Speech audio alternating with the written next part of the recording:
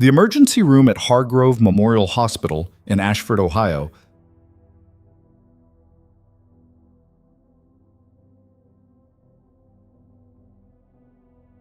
stopped breathing at 11:47 on a Tuesday morning, not because of a cardiac arrest, not because of a mass casualty event rolling through the doors, because a uniformed police officer had a nurse pinned against the wall by her throat, in front of patients, in front of children, in front of every person in that room who could do nothing but stare. Monitors kept beeping. Somewhere a baby was crying. A stretcher rolled past with a man clutching his chest, and nobody moved to help him because every single pair of eyes in that emergency room was locked on one thing. The officer's forearm pressed harder. The nurse's feet barely touched the floor. And she didn't scream. She didn't beg. She just looked at him with eyes so steady, so unnervingly calm, that it made the whole scene even more terrifying. Her name was Mara Solis, and nobody in that hospital, not the doctors, not the administrators, not the officer currently trying to break her, had any idea who they were actually dealing with. If this story already has your heart pounding, stay with me until the very end, because what happens next will leave you speechless. Hit that like button, subscribe so you never miss a story like this, and drop a comment telling me what city you're watching from. I want to see exactly how far this story travels. The shift had started like any other. Mara Solis arrived at Hargrove Memorial Hospital at 6:45 in the morning, 15 minutes before her shift technically began, the same way she always did. She parked her 10-year-old Civic in the back lot, pulled her dark hair into a tight knot without looking in the mirror, and walked through the ambulance bay doors with her badge already clipped to her scrub pocket. The overnight crew was winding down. The hallways smelled like antiseptic and burnt coffee. A tired resident was writing notes at a standing desk, barely upright, running purely on caffeine and obligation. Mara poured herself a cup from the nurse's station, black, no sugar, and pulled up the board. 7 patients already waiting in the lobby, 2 in observation, 1 pediatric case flagged urgent but not yet critical.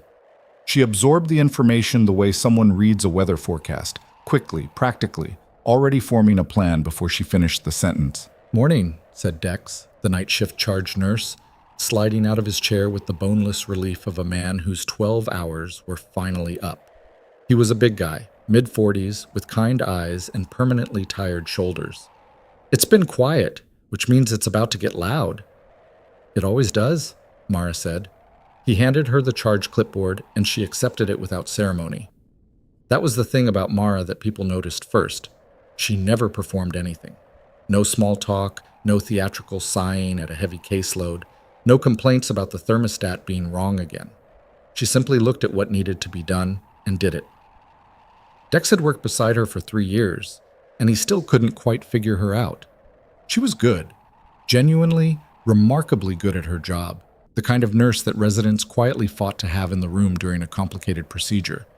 But she kept a distance that wasn't unfriendly, exactly. More like contained, like someone who had learned a long time ago to keep the lid on tight. He didn't ask about it.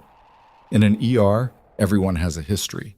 The ones who last are the ones who figured out how to carry it without setting it down on the floor where someone might trip. By 8:30, the lobby was filling up. Ashford was a mid-sized city that had been quietly struggling for a decade. Old manufacturing money gone, new economy slow to arrive, a hospital system that was perpetually understaffed and over-relied upon. Hargrove Memorial served something like 60% of the county's emergency care. On a Tuesday morning, it processed a man with a nail gun injury, a teenager with a possible concussion from a fall, 2 elderly patients with chest complaints, and a 4-year-old girl named Callie, whose mother had brought her in at dawn because she hadn't been able to keep anything down for 2 days, and that morning had started making a sound when she breathed that her mother described with frightening precision as wrong. Mara had triaged Callie at 8:42. She spent 4 minutes with the child, longer than triage protocol required, and when she came out, she went directly to the attending on duty, Dr. Jonah Reeves, and told him the girl needed imaging and a respiratory consult before anything else on the board. "She's not the most critical number on the," he started. "She's the most critical patient in the building," Mara said, simply and without drama. "She's compensating right now. She won't be in another hour." Well, Reeves looked at her for a moment. He'd learned, over 2 years of working with her, that Mara Solis did not cry wolf, and nodded. Okay, get her set up in Bay 3. That decision, made quietly in a hallway before 9 in the morning, was the decision that would matter most by the end of the day. Callie and her mother were moved to Bay 3. Imaging was ordered. A respiratory therapist was paged. The mother, a young woman named Jessie with dark circles under her eyes and a white-knuckle grip on her daughter's hand, kept asking questions that Mara answered directly and honestly, without the false cheer that sometimes made patients feel worse. Is she going to be okay? We're figuring out what's happening right now, Mara said. That's the most important step, and we're already doing it. It wasn't a guarantee, but it was true. And Jessie seemed to understand the difference. The morning continued to build. By 10 o'clock, the board was full. A construction accident brought in 2 workers, one with a laceration that needed surgery, one with a possible spinal injury that required the trauma team, and immediately consumed most of the available space and staff attention. Mara coordinated the incoming without raising her voice, redirecting beds, adjusting priorities, keeping the whole organism of the floor functioning with the quiet efficiency of someone who had managed chaos before. Real chaos, the kind that doesn't come with clean floors and overhead lighting. It was 11:20 when the police cruiser pulled up to the ambulance bay. 2 officers stepped out. One of them, a younger man, maybe 26, with a close-cropped haircut and the squared-up posture of someone who had been a cop for about 18 months and was still performing the part, was supporting a third person, a man in street clothes with a gunshot wound to his left thigh, a makeshift tourniquet above the knee, bleeding but alert. The second officer was different. His name, Mara would learn later, was Todd Greer. He was 38, built wide, with a jaw that looked like it had been installed to emphasize authority. He walked into the emergency room the way certain men walk into rooms, assuming that the space would reorganize itself around him, that the natural order of things placed him at the top of whatever hierarchy he entered. His uniform was pressed. His badge was prominent. He had the face of a man accustomed to being listened to. He went straight to the triage desk where Mara was standing. "We've got a prisoner transport with a GSW," he said, not bothering with a greeting. "He needs to go straight back, now." Mara looked at the man being supported at the door. She assessed him in 3 seconds. Wound location, tourniquet placement, color, alertness, breathing, and turned back to Greer. "We'll get him registered and a nurse will assess him for—" "I didn't say assess," Greer said. "I said straight back. This is an active police matter. He's in custody." "I understand he's in custody," Mara said. Her voice was the same temperature it always was. "And we'll take care of him. We have a protocol for—" "Your protocol doesn't apply when I tell you it doesn't apply." Greer put his hand flat on the desk. Not a fist, but not nothing either. "You move him to the front, right now." Down the hall, in Bay 3, little Callie made a sound. Mara heard it. The specific, slightly labored exhale of a child whose airway was working harder than it should. The respiratory therapist was in there. And Reeves had just been paged, but Mara had been planning to check in the moment she got someone to cover the desk. She looked at Greer with complete steadiness. "We have a 4-year-old in respiratory distress in Bay 3, she said. "She is my first priority right now. Your prisoner has a thigh wound with a tourniquet in place. He's stable for the next several minutes. I will get someone to him in—" Did I stutter? Greer's voice dropped, which somehow made it louder. Several people in the waiting area looked up. The young officer near the door shifted his weight, uncomfortable. "I don't care about some kid. I have a custody situation and a liability, and you're going to move him first." The word kid landed in the room like something dropped on a hard floor. Mara's expression did not change, not a flicker. "Sir," she said, and her voice was so measured it almost sounded gentle. "I need you to step back from the desk. I will have someone step back." He repeated it like it was the most absurd thing he'd heard in years.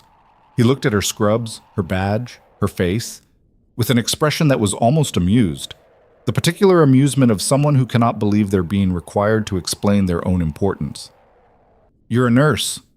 You don't tell me to step back. You do what I tell you to do, and right now I'm telling you to move that prisoner to the top of the list." "I can't do that." The 2 words dropped with no emotion attached to them, which somehow made them more final than anger would have. Greer stared at her. A passing orderly slowed without stopping. A nurse at the station to Mara's left found something urgent to look at on her screen. The young officer at the door appeared to be studying the ceiling tiles with great interest. "You want to say that again?" Greer said. "Your prisoner is not in critical condition," Mara said. "There is a child in Bay 3 who may be. I am not going to change that order of priority. That's not a policy. That's medicine." For a long moment, nothing happened. Greer's jaw worked. His hand on the desk curled slightly. Then he said, very quietly, "Get your supervisor. Right now." Mara didn't move immediately. She turned to the nurse at the neighboring station, a woman named Priya, who was now visibly pretending not to exist, and said, "Can you page Dr. Reeves and let him know I need 2 minutes?" Then she came out from behind the desk and walked toward the small consultation alcove near the triage entrance, which was the standard location for difficult conversations that shouldn't happen in front of waiting patients. "We can talk over here," she said to Greer. He followed her. The young officer stayed with the prisoner near the door, helping him into a chair. In the alcove, Greer dropped any pretense of professional language. "I don't know who taught you that you could talk to a law enforcement officer that way," he said, standing close enough that most people would have backed up a step. "But let me be real clear with you. I have been in this hospital a lot of times. I know how things work here. And a nurse, especially a nurse who looks like she just got out of school, does not override a police officer in a custody transport situation." Mara didn't back up. She also didn't escalate. "Looks can be misleading," she said, which was not a boast, just a statement. "Is that so?" He looked her over with an expression that was meant to communicate exactly how little he was impressed. "You know what I think? I think you've got a chip on your shoulder, and you decided today was the day to prove something. And all you've proven is that I'm going to have a conversation with your administrator that's going to make your next few weeks very uncomfortable." "You're welcome to speak with administration," Mara said, "but the triage order isn't going to change." Greer leaned in, and his voice went somewhere ugly. "You're going to regret this." Mara looked at him with those steady eyes that seemed incapable of performing distress. "Okay," she said simply, and walked back out to the floor. The next 40 minutes were procedurally normal and quietly awful in the way that confrontations leave a residue even after they technically end. Greer made good on his threat immediately. He went to the front desk and asked for the hospital administrator on duty, who turned out to be a man named Gerald Foss, mid-50s, salt and pepper hair, the particular brand of administrative anxiety that comes from spending a career managing situations. No rule book quite covers. Foss came to the ER floor wearing his lanyard and his concern in equal measure. Mara watched him arrive from across the floor. She was at Callie's Bay, where the imaging results had just come back, and Reeves was looking at them with an expression she recognized, the face of a doctor seeing what they were afraid they'd see. "Pneumonia and early pleural effusion," Reeves murmured. "Good catch, Solis. Another couple hours and she'd have been in real trouble." Callie's mother was gripping the edge of the bed rail. "Is she?" "We caught it," Mara said firmly. "We know what it is. Dr. Reeves is going to explain the treatment, and she's going to be okay." She meant it. She also believed it. Medicine, in her experience, was most dangerous when it moved too slowly. And Callie had been moved to the right place at the right time. That counted for everything. She left the bay to let Reeves talk to the mother and found Gerald Foss waiting for her at the nurse's station with the posture of someone who deeply wished they were somewhere else. "Mara," he said, with the careful intonation of a man walking across ice. "Officer Greer has raised some concerns about the triage process this morning." "I know," she said. "He feels that his prisoner should have been—" "The prisoner was stable. The pediatric patient was not." She said it without inflection, like reciting a fact. "Triage protocol exists for exactly this reason. I followed it." Foss glanced at Greer, who was standing 10 feet away with his arms crossed, watching the exchange with the expression of a man expecting a verdict in his favor. "I understand that," Foss said carefully. "And I'm not saying you were wrong, but Officer Greer is suggesting that there was some hostility in how the situation was handled. And given our relationship with the department, I was not hostile," Mara said. "She refused a direct order," Greer said from across the floor, apparently done waiting. It wasn't an order, Mara said, still speaking to Foss. He doesn't give orders in a medical facility. Nobody does except the attending physician. Greer stepped forward. You want to watch your mouth. Foss raised a handle. Let's all just... No! Greer wasn't looking at Foss anymore. He was looking at Mara with something that had gone past professional frustration into something more personal, more reflexive. The specific anger of someone who had told a person they were small and been disagreed with. I am done being patient. I want her removed from this floor. Either she goes voluntarily or I'm filing a formal obstruction complaint, and you can explain that to your board. Foss looked at Mara with an expression that said, please just make this easier in every possible way. Mara looked back at him. Gerald, she said, and something in her voice was very quiet, but also, in a way that was hard to describe, final. Like a door closing not with a slam, but with a solid, definitive click. A child in Bay 3 is alive and receiving correct treatment because of what I did this morning. I'm not leaving this floor. Greer made a sound that was almost a laugh. You know what? He said. I've had enough of... He moved fast, and nobody expected it, and that was why nobody stopped it in time. He grabbed her arm first, spinning her toward the wall, and then his forearm was across her throat, and her back was against the surface near the medication room door, and the whole emergency room seemed to inhale at once and hold it. You think this is a game? His face was 6 inches from hers. His arm pressed harder. You think you get to disrespect me in front of patients? In front of my department? Mara's hands came up. Not fighting, not striking, the practiced positioning of someone managing an airway compromise, someone who knows exactly what's happening to their body and is responding with training instead of panic. Her eyes were open. They were entirely steady. Several nurses moved at once, shouting. Dr. Reeves came out of Bay 3 at a near run. Foss was saying something that wasn't reaching anybody. The young officer at the door had gone completely white and rigid and seemed genuinely incapable of deciding what to do. Greer pressed harder. You're going to apologize, he said, and then you're going to pack up your things. Mara's voice came out compressed but clear, working around the pressure on her throat. You're making, she said, measured, each word deliberate, a significant mistake. Big talk from someone who can't breathe. Todd! The young officer from the door had found his voice, thin and strained. Todd, come on, you need to... Back off, Elkins. 3 nurses were pulling at Greer's shoulder. Reeves was shouting for security.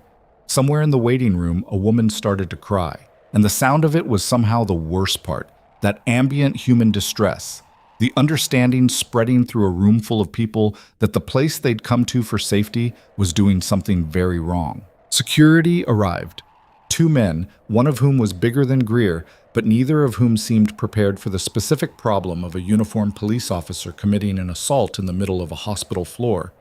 And they hovered with the hesitation of people who understood that every choice they made here had consequences they couldn't fully calculate. Greer held on for another 3 seconds. Then a sound came from outside. Not a voice, not an alarm.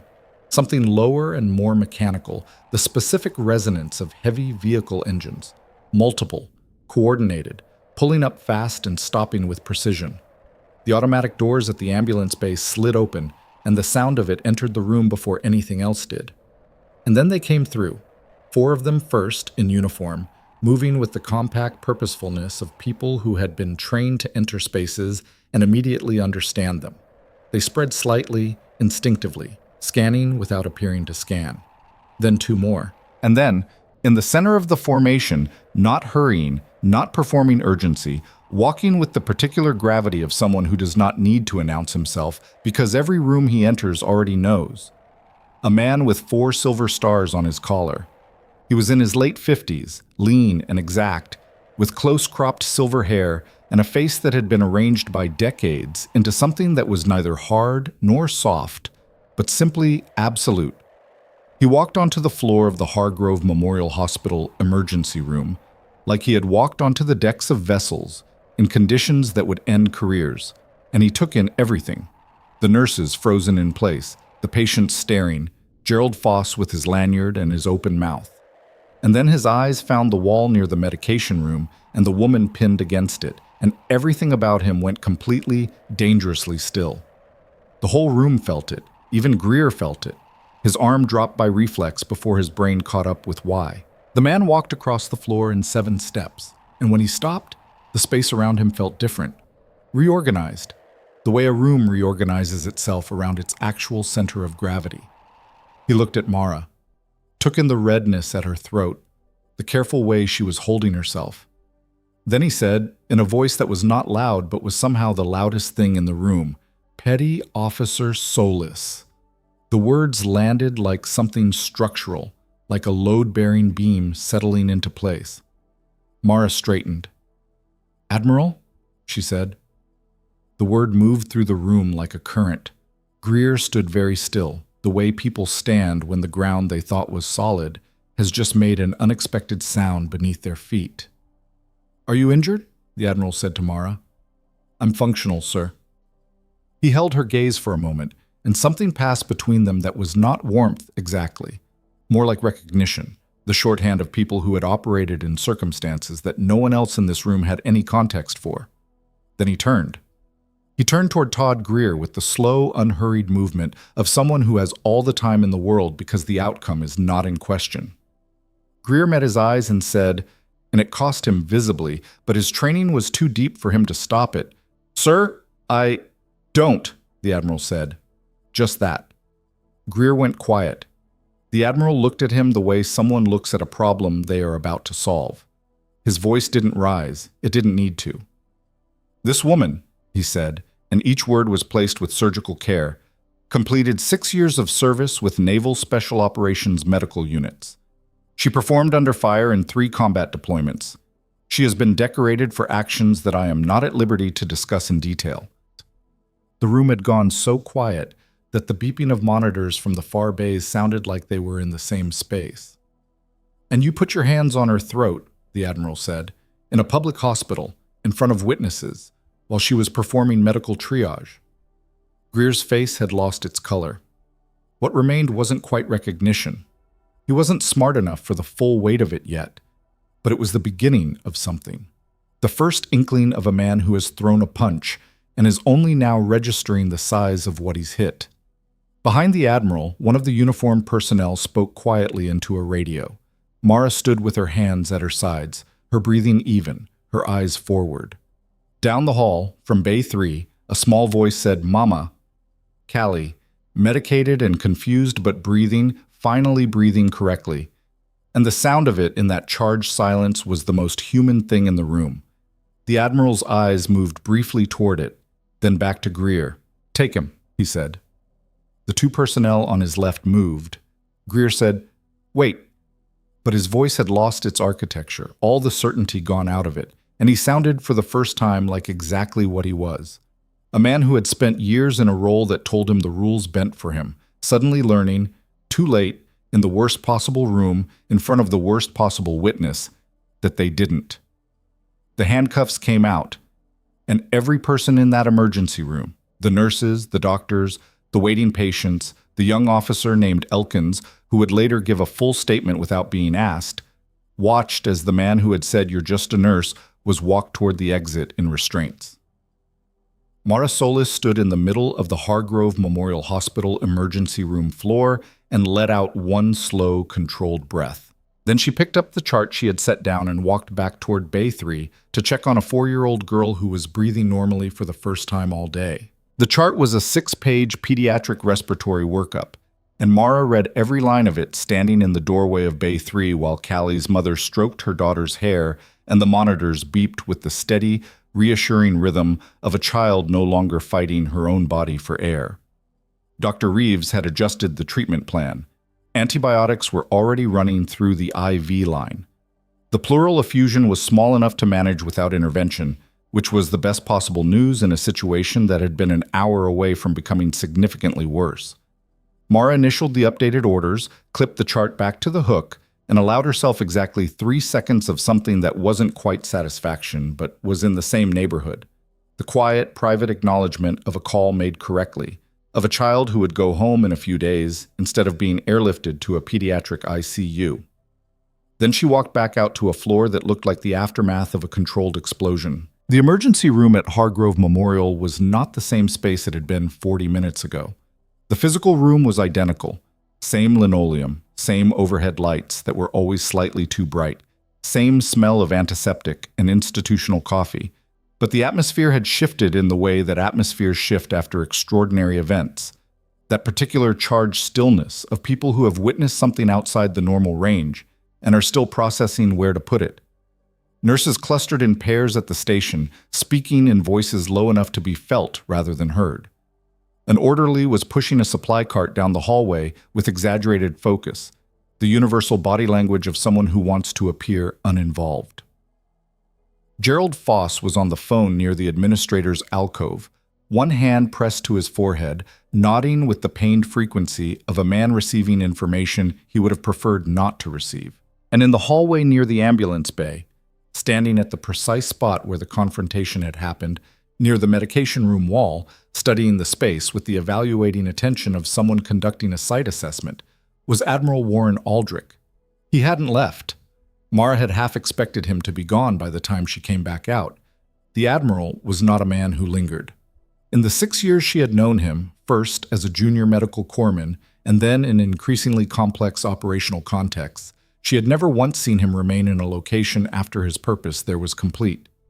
He moved through the world with the calculated economy of a man for whom time was the one resource that couldn't be requisitioned.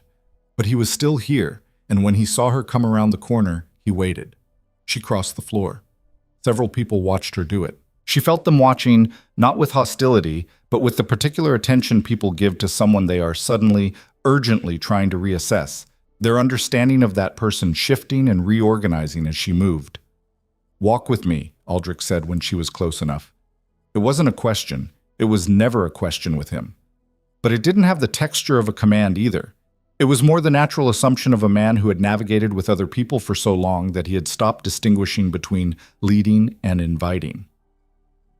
They walked to the small family consultation room at the end of the east corridor, the one with the beige chairs and the box of tissues on the side table that was always somehow depleted. Aldrich closed the door. He didn't sit. Neither did she. "Your throat," he said. "It's fine." He looked at her in the way he had always looked at her when she said it's fine, not disbelieving exactly, but not accepting it at full face value either. In the years she had worked under his command, he had learned that Mara Solis's definition of fine covered a range of conditions that most people would describe with considerably more alarm. "I'm going to need you to be seen by someone," he said. "I'm in a hospital." "I'm aware of where we are, Solis." "Then you know I can assess my own airway." She held his gaze steadily. "Minimal bruising. No hoarseness beyond a first-degree irritation. I've had worse." The last three words settled in the air between them and stayed there. He didn't pursue it. What she was referring to, both of them knew what she was referring to, was not something that had a clean beginning or end in conversation. It was one of several things that existed between them in the category of shared knowledge that didn't require regular revisitation. "Why are you here?" Mara asked instead. It wasn't an accusation, just a direct question. She had always asked direct questions, even when she was a second-year corpsman who had no business asking her commanding officer anything. "Routine stop," Aldrich said. "I was in Columbus for a Defense Health Agency briefing. I drove through Ashford on my way back because I had a conversation scheduled with the director of the Veterans Clinic on Mill Street." He paused, and something moved across his face that was not quite emotion, but was its structural shadow. "The clinic is 2 blocks from this hospital. I heard the radio traffic." Military police monitoring, of course. She should have assumed. "He hurt you in front of 20 witnesses," Aldrich said, "in a functioning emergency room. That wasn't a gray area, Solis. That was something I could not drive past." "I had it managed," she said. "I know you did." He said it without any argument in it, which was the most surprising part. "That wasn't why I came in. I came in because a man in a uniform assaulted someone I served with, and some things don't change based on whether you're still active duty." Mara was quiet for a moment. "He's going to say it was a restraint situation," she said. "He's going to say I was being combative and he was managing an uncooperative hospital employee. He can say whatever he'd like from the holding room at the Ashford County Sheriff's Office, where he'll be spending the next several hours. The department will protect him. The department, Aldrich said with a measured precision that suggested he had already thought several moves past this conversation, is currently receiving a call from the Judge Advocate General's office. The assault on a former service member while she was performing medical duty falls under a federal statute that the Ashford Police Department does not have jurisdiction to dismiss. Whatever their internal process looks like, it runs parallel to, and is subordinate to, what happens next. Mara absorbed that. She had spent enough time in operational planning to understand the architecture of what he was describing. The layering of legal authorities, the way federal jurisdiction could arrive like weather, changing everything above it while the local landscape stayed technically intact. "You moved fast," she said. "I had people on the phone before the doors closed behind me." She nodded, once. It was the kind of nod that means I understand and thank you simultaneously, and also, somehow, I wish this hadn't been necessary. "Your staff," Aldrich said. "They didn't know your background." "No." "Does anyone here know?" She considered. "Dex, the charge nurse. He knows I did some military medical work. I didn't go into specifics." She paused. "I don't go into specifics." He looked at her for a long moment, not evaluating, just looking, the way a person looks at someone they have known long enough to see clearly. "That's going to change today?" he said. "I know." "How do you feel about that?" It was an unusual question from him. He was not generally a man who checked in on feelings. That he was asking now meant something. "I feel," Mara said slowly, "like a private person about to become a public story." Aldrich's expression didn't shift, but something around the edges of it acknowledged the accuracy of what she'd said. "You can't put this back in the bottle, Solis." "I know that too." He straightened. A subtle adjustment, but she recognized it. It was the posture that preceded action, the slight realignment of someone who has completed the internal portion of something and is transitioning to the external. "The department's internal affairs office is sending someone here," he said. "The hospital's legal team has been contacted. And there are 2 journalists in the parking lot who got here about 8 minutes ago, which means someone in that waiting room has a smartphone and a social media account." Mara closed her eyes, briefly. When she opened them, she was already recalibrated. "Is there anything you need from me right now?" she asked. "A statement. When you're ready. Not before." "And Greer?" "He's not your concern anymore." Those 4 words, spoken by this man in this room, carried a finality that most legal documents didn't achieve. Mara nodded.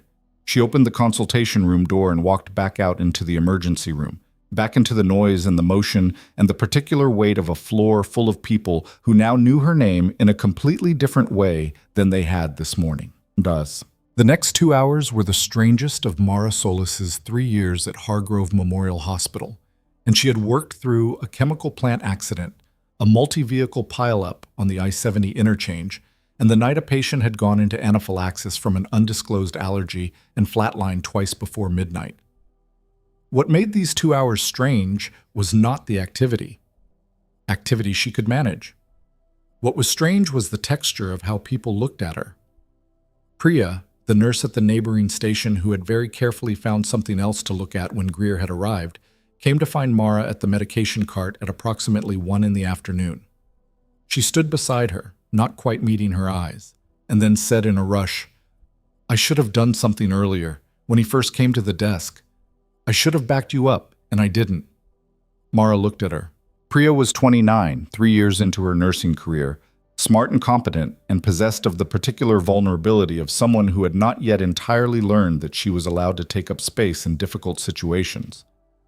"You were in a complicated position," Mara said. "That's not—" Priya stopped, started again. "That's a generous way to describe me freezing." "It is," Mara agreed, without cruelty, "but it's also accurate. He was a uniformed officer who outweighed you by 60 pounds and was already showing aggressive behavior. Standing up to that takes a specific kind of training. You don't have that training. That's not a failure. It's a gap." Priya was quiet for a moment. "What kind of training?" "The kind that comes from having no other option," Mara said, and moved to the next drawer. It wasn't a closing answer. It was just an honest one. But it seemed to give Priya something to hold on to because she exhaled slowly, straightened, and went back to work. Reeves found her at 2:15 between a suture case and a patient intake, and he didn't approach with the rushed efficiency he normally used when consulting. He stood in her path deliberately and waited until she stopped. 6 years, he said. Combat deployments. Yes. Why didn't you? He stopped, reconsidered. I was going to ask why you didn't mention it, but I think I already know the answer. It's not relevant to patient care, she said. It's relevant to... He gestured slightly helplessly at the general space around them. To how people talk to me. She kept her voice neutral. That's not a good enough reason to use it. Reeves looked at her for a long moment with the expression of a man reassembling a picture he thought he understood. The stuff you've caught, he said finally. The calls that didn't make sense on paper but turned out to be right. The way you handle the bad cases. I always thought you were just... He stopped again. I thought it was instinct. It is, Mara said. Trained instinct, which is just another way of saying practice. She moved past him, and he let her go, and she heard him say behind her, quietly, almost to himself, 6 years. The floor continued. The afternoon brought its ordinary emergencies. A man with a deep cut from a table saw, a teenager with a possible allergic reaction, an elderly patient whose family had been watching her decline for a week and had finally made the decision to bring her in. Mara moved through all of it with the same calibration she always did, the same economy of motion and assessment, and the work itself was the steadiest thing in a day that kept producing new instabilities. Because there were other things happening around the edges of the floor. At 2:30, a woman in a blazer who was not dressed for a medical facility came through the main entrance and spoke to the front desk administrator for 4 minutes before being directed toward Gerald Foss's office. She had the specific energy of a person who asks questions for a living, compact, observant, moving through the space with a light attention that missed very little. At 2:48, Aldrich's aide, a young lieutenant named Wes Carver, whom Mara had met once, briefly, at a base in Virginia, came through the ER to find her at the nurse's station and handed her a folded piece of paper. She read it without expression and tucked it into her pocket. At 3:05, Foss appeared on the floor and stood near the station with the look of a man who needed to say something and was trying to find the least uncomfortable version of it. Mara, he said, do you have 2 minutes? She handed her current intake form to Priya and followed him to his alcove, a small glass-walled space near the main corridor that afforded the illusion of privacy while providing almost none of it. Foss sat. She didn't. The board is convening an emergency session at 4 o'clock, he said. About today, and about... He shifted. About what we learned today. About your background and what it means for... He stopped and tried again. There are several things the hospital should have known. We ran standard background checks when you were hired, but we didn't... There are apparently things in your service record that are classified, which means... Gerald, she said. He stopped. What do you want to say to me? Not what the board needs to say or what legal wants to put on record. What do you want to say? He was quiet for a moment. Gerald Foss was not a bad man. He was a man who had spent 20 years managing institutional complexity, which had a way of sanding down a person's directness. But sitting in that small glass office, with the events of the day pressing in from every side, some of that administrative overlay seemed to fall away, and what was underneath it was simply a person who had watched something bad happen to someone who worked for him and hadn't stopped it. I'm sorry, he said. Mara looked at him. When he was in your face at the desk, Foss said, I was more worried about the department relationship than about you. I was calculating, and while I was calculating, he stopped. I know, she said. That's not acceptable. No, she agreed. It's not. I don't expect it to... I'm not asking you to say it's okay. It's not okay, she said simply. But I also know you didn't design yourself, Gerald. Institutions train people to protect the institution. That's a problem with the institution, not just with you. He looked at her with a kind of worn-out gratitude that was the most human thing she'd seen in this conversation. The board is going to talk about a formal apology, he said, and some kind of recognition or ceremony or I don't want a ceremony. Mara, I want updated triage protocols that are posted at every entrance. I want a written policy about law enforcement interactions that clarifies that officers do not direct patient priority. And I want security staff to receive training that explicitly covers situations involving uniformed personnel. She held his eyes. That's what today should produce. Not a ceremony. Foss blinked. Then slowly, he reached for his notepad. Okay, he said. Let me write that down. Bob. She was back on the floor by 3:20. Callie was doing better, well enough that Reeves had moved her from Bay 3 to a proper room upstairs. Before she was transported, her mother Jessie had found Mara at the station and stood in front of her for a moment without speaking, and then had done something that Mara hadn't prepared for. She had simply taken Mara's hand in both of hers and held it, briefly, the way people hold things that could have been lost. Thank you, Jessie said. Mara gave one small, genuine nod. Go take care of your daughter, she said. The elevator doors closed on Callie's transport at 3:31. The little girl's fingers wrapped around a stuffed rabbit someone had retrieved from her mother's bag. Mara watched the numbers above the elevator count up and then turned back to the floor. The woman in the blazer was back. She was standing near the waiting area entrance, and this time she wasn't talking to Foss. She was looking directly at Mara. She crossed the waiting area with the confident directness of someone who has already accepted the possibility of being told no. Miss Solis, she said. Nurse Solis. Of course. I'm sorry. A brief recalibration. I'm Dana Kirsch. I'm a reporter with the Ashford Courier-Tribune. I'd like to... No comment, Mara said. I understand, but I want you to know that we're going to run the story either way. The arrest of Officer Greer is already public record, the video from the waiting area is already circulating, and several witnesses have spoken to me. What I'm offering you is the opportunity to be a voice in your own story rather than just a subject of it. Mara looked at her. Dana Kirsch was maybe 35, sharp-featured, with the patient energy of someone who had learned that waiting was sometimes more effective than pushing. I'm aware of how this works, Mara said. I'm sure you are. What I'm less interested in, Mara said, is being a headline. What would you prefer to be? The question surprised her, slightly, by being genuinely asked rather than rhetorically posed. A nurse, she said. That's the whole answer. Kirsch was quiet for a moment. Then she said, Can I tell you what the angle is, if it helps you decide? Mara waited. The story isn't about your military background, Kirsch said. Or at least, that's not the only story. The story is about what happened when you did your job correctly and a man with authority decided that wasn't acceptable. The military part matters, but not because it makes you more worth protecting. It matters because it exposes the logic behind what he did, which is that he looked at you and calculated that he could. She paused. And he was almost right. The last 3 words landed somewhere specific. Mara was quiet for 10 seconds. Around them, the waiting room noise continued. People shifting in plastic chairs, a child asking for water, a news program murmuring from the mounted TV. I'm not giving an interview today, Mara said. I understand. If I decide to talk to anyone, I'll contact you directly. Kirsch took a card from her jacket pocket and held it out. Mara took it. Thank you for your time, Kirsch said, and walked back toward the exit with the measured step of someone who knows when to stop. Mara looked at the card for a moment, then slid it into her scrub pocket with the folded note from Aldrich's aide. The rest of the afternoon should have leveled out.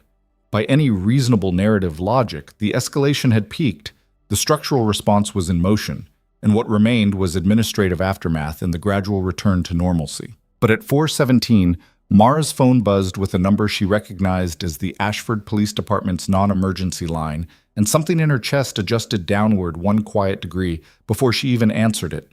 The voice on the other end was male, professional, and careful in a way that suggested it had been coached on what to say. Nurse Solis, this is Sergeant Harmon from the Ashford PD.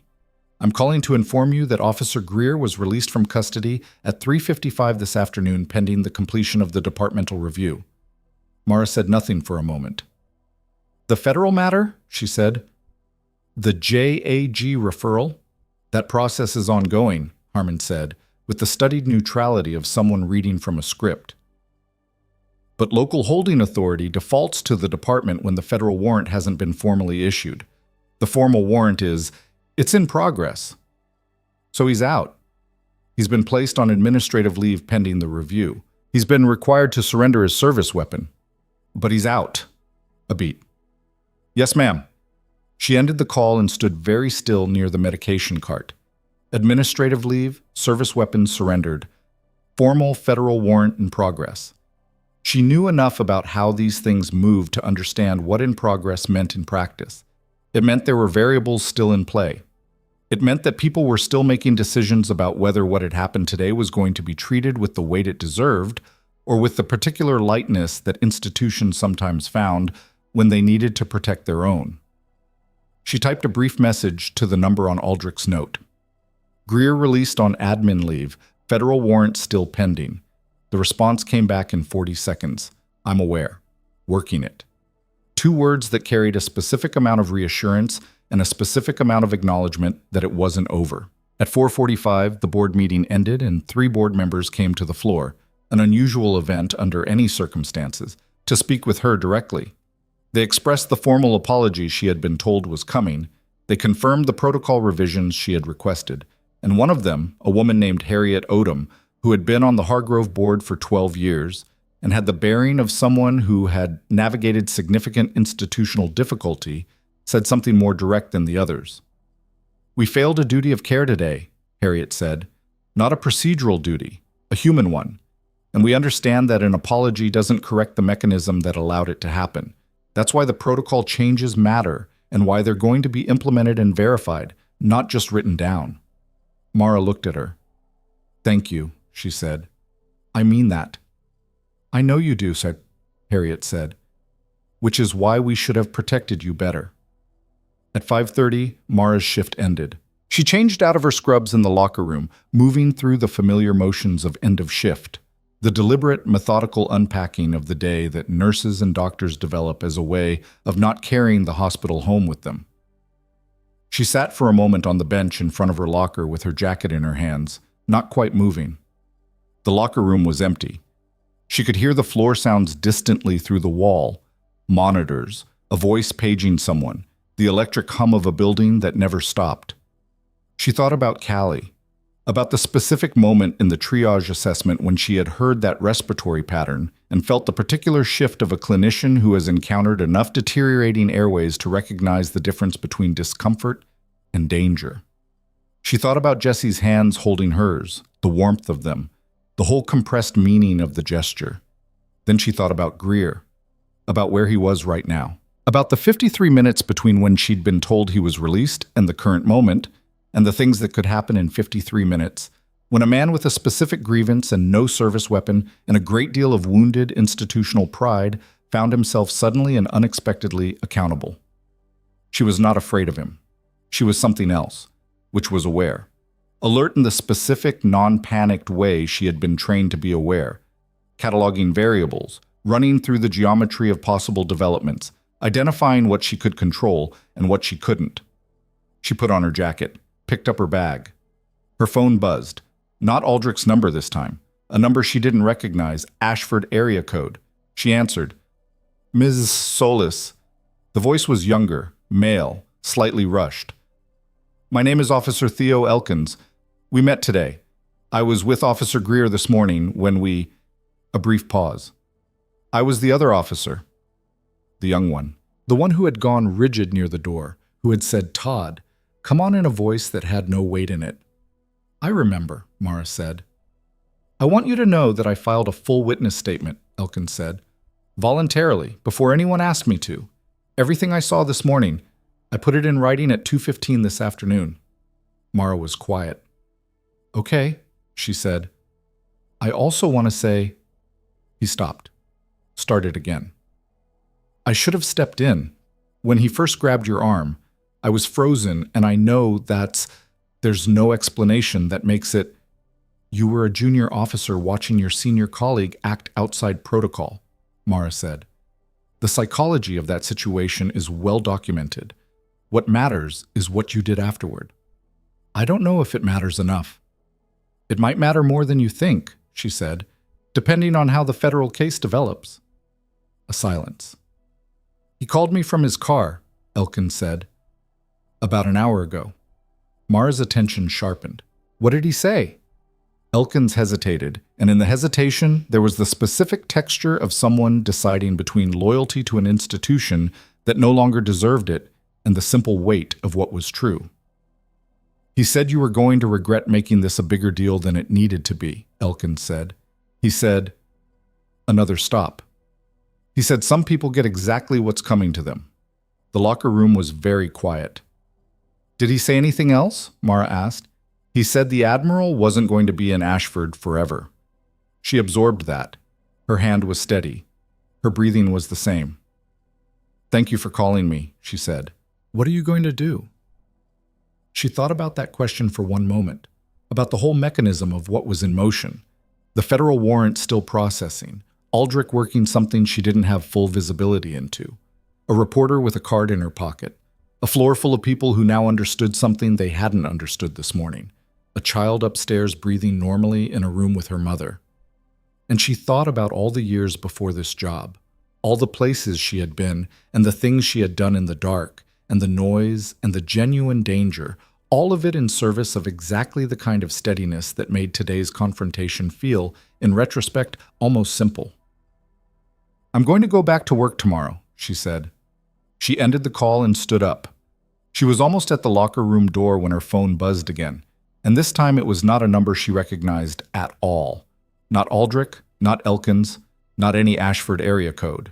The number was a Maryland exchange, and when she looked at it, she felt something cold and precise move through the center of her chest, because she knew that exchange, had known it for years without ever expecting to see it on her personal phone in a hospital locker room in Ashford, Ohio.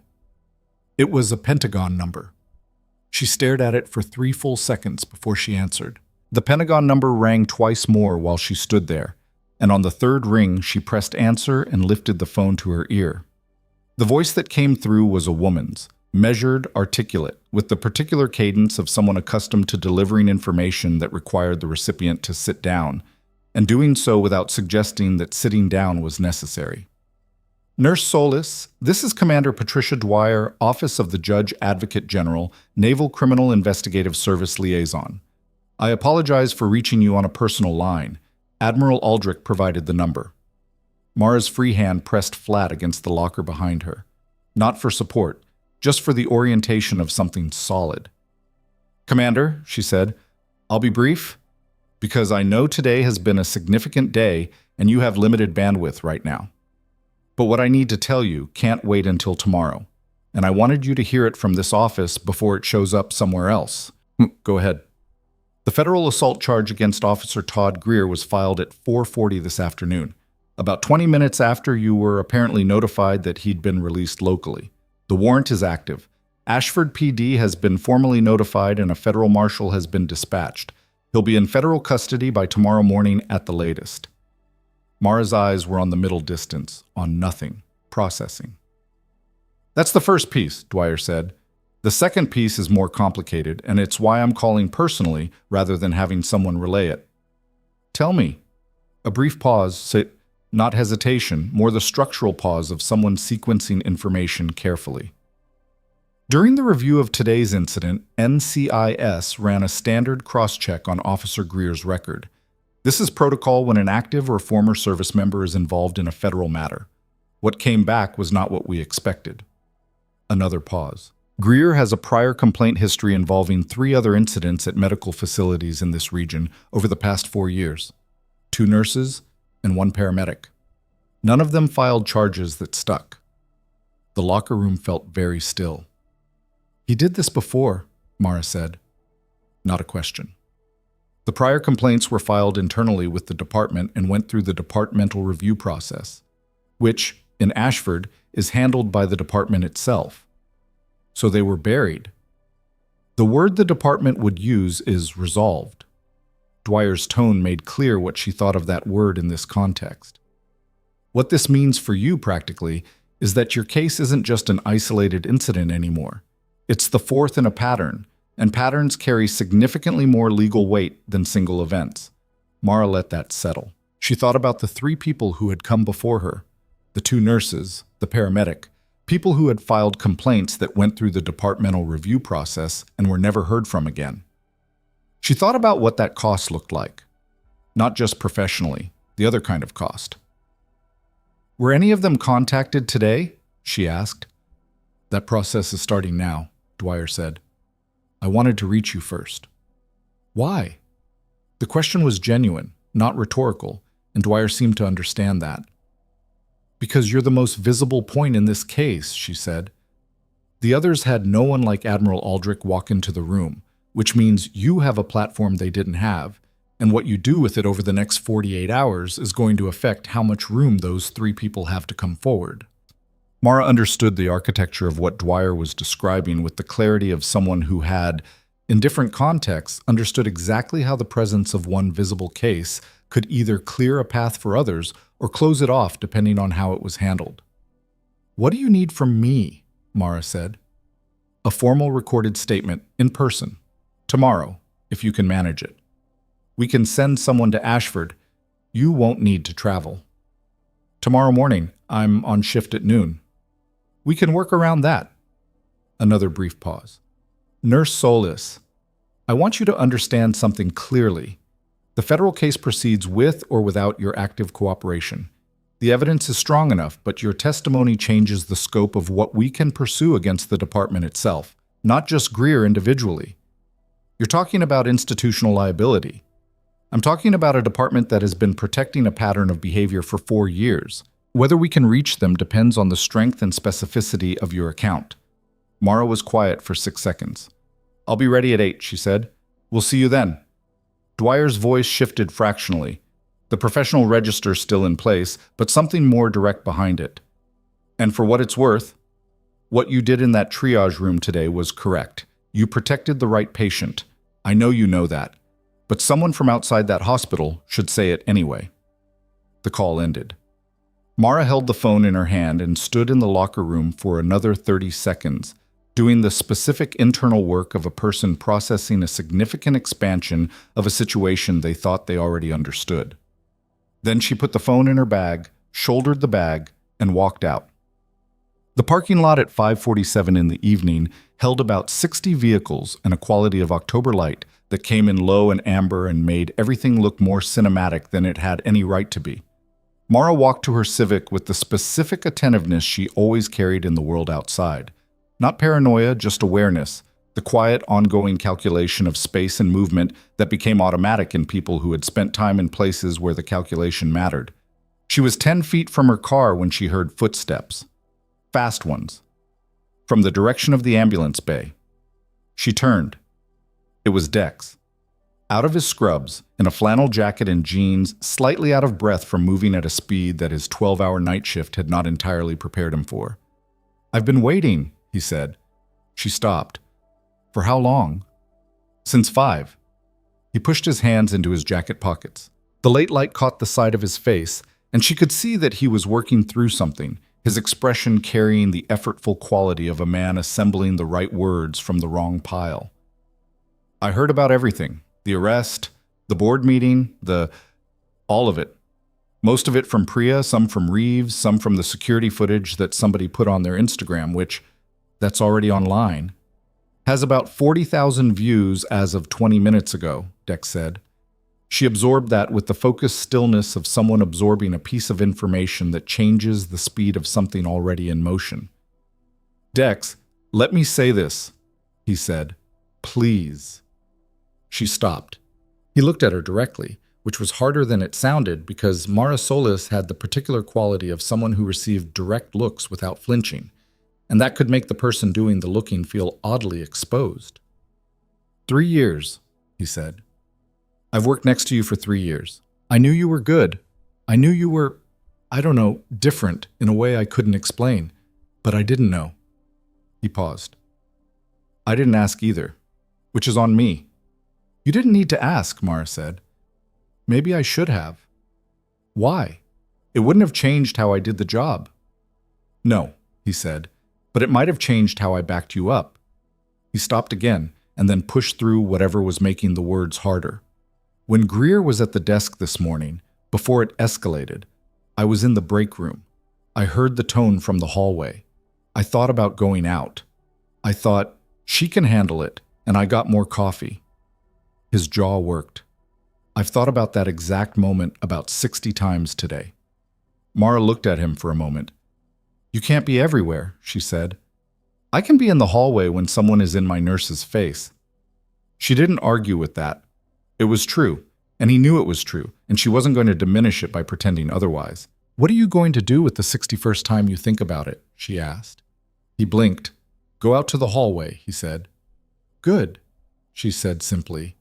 And she meant it, not as absolution, but as the precise acknowledgement of a person who understands that what matters after a failure is the quality of the adjustment. Dex exhaled. Some of the held tension in his frame released. Is there anything you need? He asked. Tonight, or anything? I'm fine, Dex. I know your definition of fine. That surprised her into something close to a smile. Just the edge of one, but it was there. I'll see you Thursday, she said. I'm off tomorrow. Okay? He stepped back. Mara. He waited until she looked at him. For what it's worth, from someone who's been doing this job for 16 years and has worked with a lot of people, you're the best nurse on that floor. That was true before today. It's just that today everybody finally knows it. She held his gaze for a moment. Go home, Dex, she said. She got in her car. She didn't go home immediately. She drove for 20 minutes in the direction of home, then pulled off on a side street 2 blocks from her apartment building and sat with the engine idling and the radio off and let the day exist without managing it for exactly 10 minutes. It was a technique, not meditation, nothing that soft, just the deliberate temporary suspension of the forward motion orientation that got her through difficult operational periods. You stopped. You let the system catch up to itself. You didn't resolve anything, just allowed the information to settle where it was going to settle. What she came up with at the end of 10 minutes was this. The federal charge was active. The warrant was in motion. Greer's pattern had been surfaced and was being treated as the structural problem it was. Aldrich was working something she didn't have full visibility into, which meant there was more pressure being applied through channels she wasn't party to. The hospital had committed to protocol changes. Dwyer was building a case that reached past Greer to the department itself. These were the facts. They were mostly good. They were also entirely in motion, which meant unstable, which meant something could still go wrong. The thing that could go wrong was Greer himself. Not because she was afraid of him physically. She had managed far more dangerous people in far less controllable environments. What she was calibrating was something more specific, the behavior of a man who had been accustomed to operating within a system that absorbed and erased his worst impulses, who was now outside that system's protection for the first time, looking at the shape of consequences he had never actually faced. People in that specific position were unpredictable in a particular way, not because they were strategic, but because they weren't. The strategy was gone. What was left was something raw and therefore less legible. Some people get exactly what's coming to them. She picked up her phone and called Aldrich's number. He answered on the second ring. Dwyer called me, she said.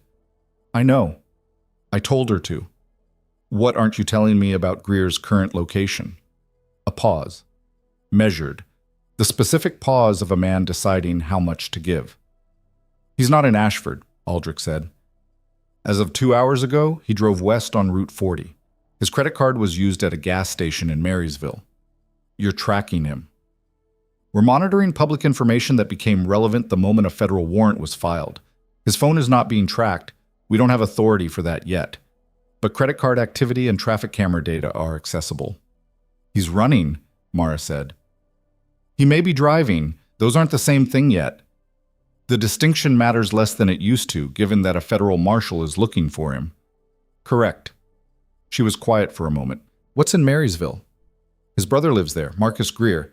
We ran the family addresses when we ran his background. A brief pause. The brother is a retired county deputy. He's been off the force for 3 years following a... Aldrich stopped, and there was something in the stop that was deliberate. A conduct review. The picture assembled itself with the economical clarity of someone who had spent years reading intelligence briefs. So he's going to someone who understands the system, Mara said, and has reason to be hostile to federal intervention. That's a possibility. What's the probability? High enough that I have a conversation going with the Logan County Sheriff's Office. Is the federal marshal aware? Yes. She exhaled slowly. This is going to take longer than tonight. Most things do, Aldrich said. You need to sleep. The NCIS team will be with you at 8. I know. Mara. He only used her first name in specific circumstances. She recognized the register. What? She said. You understand that what you did today, and not the confrontation, but the triage call, the child, that's the thing that holds all of this together. Greer was going to be Greer regardless of who was at that desk. But the reason the room remembers this day differently than they would have remembered it otherwise is because a sick child got the right care at the right moment. That's not incidental. That's the whole shape of it. She was quiet. I know, she said. Good. 8 o'clock. Sleep. He ended the call. She drove home. Walking. Her apartment was on the 3rd floor of a building that had been constructed in the 1970s and maintained with the particular energy-conserving commitment of a landlord who met the minimum thresholds and nothing more. The hallways smelled like carpet and old cooking, and the specific neutral anonymity of a building where many people lived without leaving much impression on the space. Mara's apartment was tidy in the way that efficient people's spaces are tidy. Not curated, not decorated with intention, just organized around function with the residual habits of someone trained to keep their space clear, because unclear spaces in operational context could cost you time you didn't have. There were books stacked in sorted order near the window, a set of medical reference texts beside a smaller stack of novels, the latter slightly less neatly aligned, evidence of the distinction between obligation and pleasure. A kitchen that had the correct tools and nothing unnecessary. On the small table near the door, her go-bag. She looked at it for a moment as she came in. A habit left over from years of being 12 hours from deployment. A packed bag, updated monthly, for the category of contingency she had learned to hold in the back of the mind without letting it take up the front. She hadn't needed it since Ashford. She put her work bag down beside it and went to make food because she hadn't eaten since a granola bar at 9 this morning, and the body didn't stop needing maintenance because the day had been operationally unusual. While the soup heated, she checked her phone. 43 notifications across various apps she didn't regularly use. People who had found her hospital profile, her professional LinkedIn, a nursing association page where her name had been mentioned in a context she'd never intended for public reference. The video from the waiting room was apparently at 112,000 views now. Someone had screenshotted a portion of it and added text in large white letters. 4-star Admiral shuts down cop who choked nurse. She looked at it for 3 seconds and put the phone face down. The soup was lentil from a batch she'd made Sunday, and she ate it standing at the kitchen counter because the table had files on it from a continuing education module she'd been working through. The files were about advanced respiratory assessment in pediatric patients, which had the specific irony of being the most relevant thing in her apartment tonight. She thought about Callie's lungs, the fluid beginning to accumulate around the pleura, the small body working harder and harder to compensate for the reduced capacity, the way children could sustain that compensation longer than adults before they crashed, which made them simultaneously more resilient and more dangerous to misread. She thought about the sound the girl had made in Bay 3, the specific labored quality of it that had cut through the noise of a busy floor at 8 in the morning and landed in the precise register of her clinical recognition. She had heard that sound before. In different places. Under circumstances that were not a hospital floor in Ohio. She rinsed the bowl, dried it, put it back. She was in bed by 8:30 and asleep within minutes, which was another residual operational habit. The ability to sleep when sleep was available because available sleep was a resource that had to be utilized or it would be taken by the next event. She slept without dreaming. Or if she dreamed, she didn't remember it. The NCIS team arrived at her building at 7:52. 2 of them, a senior investigator named Calloway and a younger analyst named Fitch, both in plain clothes, both carrying the specific professional composure of people trained to read rooms and people quickly and accurately. They came up to her apartment, accepted coffee, and set up a recording device on the cleared end of the kitchen table with the efficient respect of people who understood they were in someone's personal space and were not going to act like they owned it. The statement took 2 hours and 40 minutes. Mara spoke with the precise, structured recall of someone who had filed operational reports and given mission debriefs and testified before review boards. Not because this was the same thing, but because the muscles were the same. She gave times, positions, verbal exchanges as close to verbatim as she could reconstruct them, physical descriptions of what Greer had done and in what sequence, the physiological experience of the compression on her throat, the responses of the people in the room, and in what order. Calloway asked careful questions. Fitch took supplemental notes. Neither of them editorialized and neither of them projected outcomes, which she appreciated. At one point, Calloway asked, "At any moment during the confrontation, did you feel that your life was in danger?" Mara considered the question with the seriousness it deserved rather than the reflexive either-or that it sometimes prompted. "I felt that if the intervention had been delayed by approximately another 90 seconds, she said, I would have experienced a loss of consciousness from compression asphyxia. Whether his intent was to reach that outcome, or whether he simply didn't have sufficient self-awareness to understand what his actions were producing. I can't testify to his intent. I can testify to the trajectory." Calloway looked at her steadily. "That's an unusually precise answer." "I have an unusually specific frame of reference," she said. He nodded, wrote something, moved on. At 10:35, the session ended. Calloway capped his pen and sat back with the expression of someone who has collected what they came for and is doing a final inventory.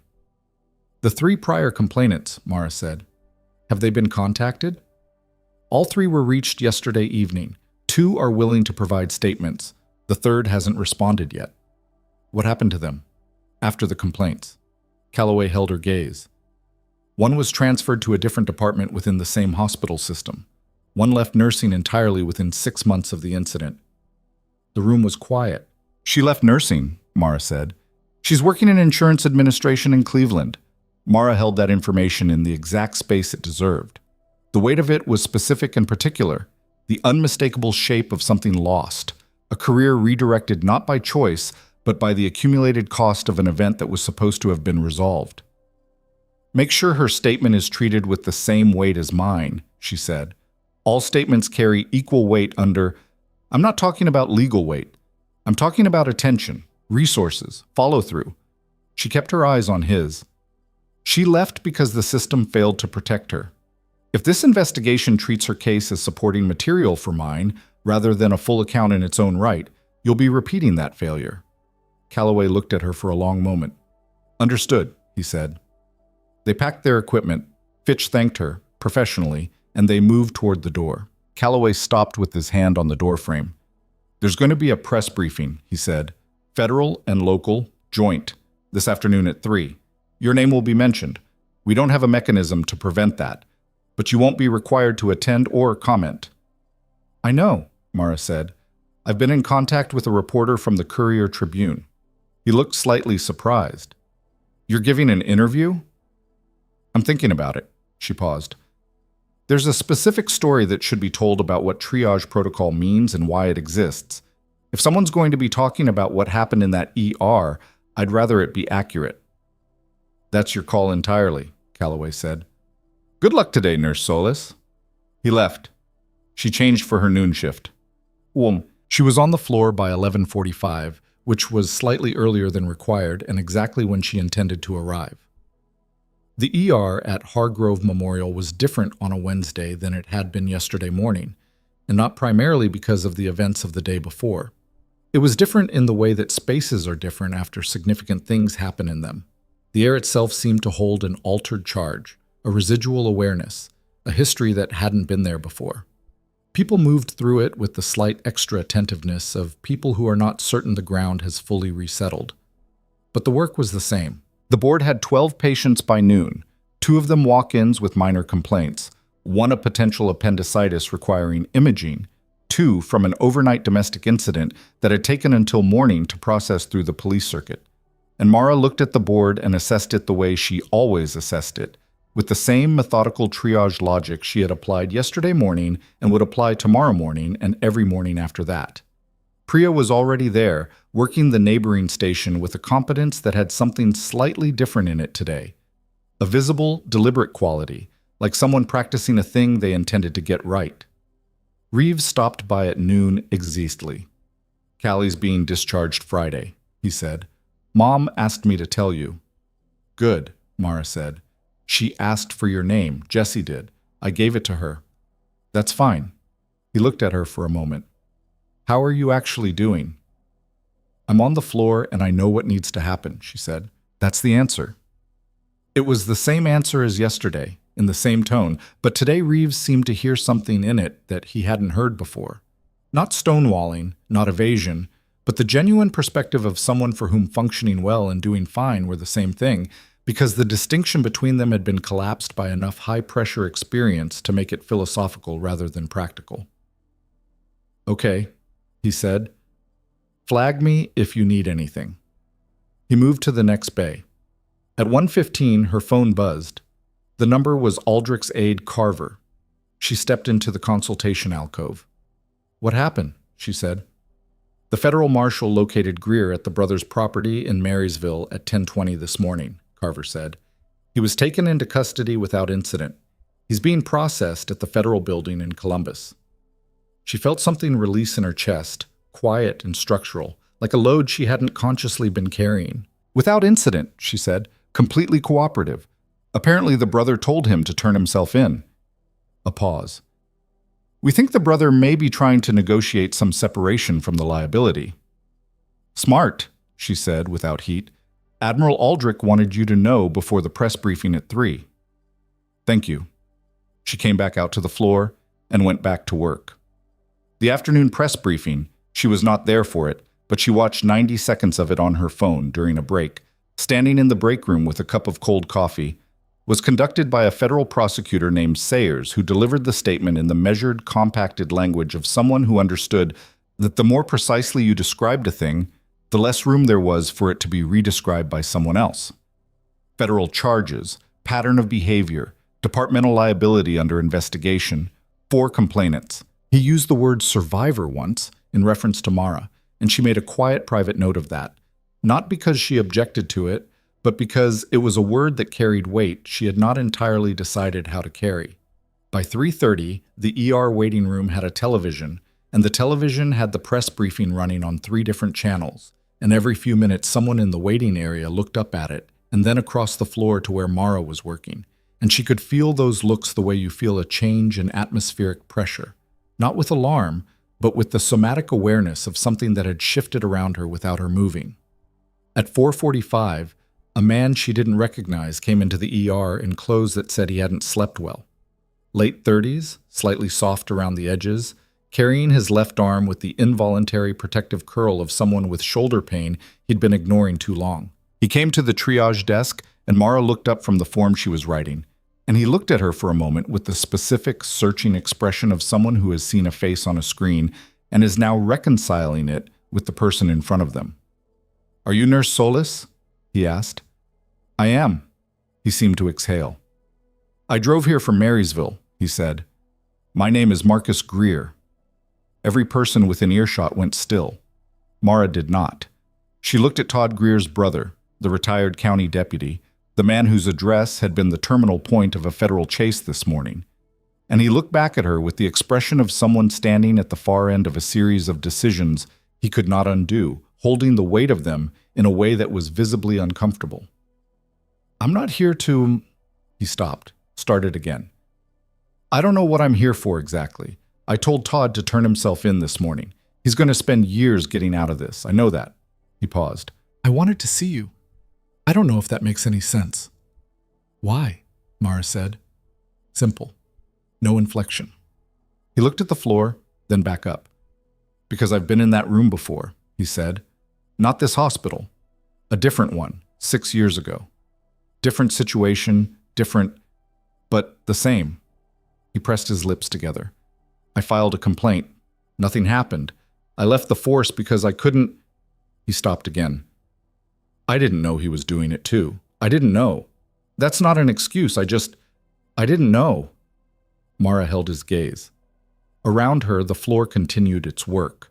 Monitors beeping, someone being moved on a gurney, a child in the waiting area asking her mother a question, all of it running on its ordinary tracks while this specific moment occupied its own still pocket of time. The NCIS team will want to talk to you, she said. I know. I called them before I drove here. He swallowed. I have records. Todd's records, from when we were kids. When our father... He stopped. Something moved across his face that was complicated and human and not her problem to absorb, but she absorbed it anyway because she was that kind of person, and she couldn't entirely stop being that kind of person, even when it would be simpler.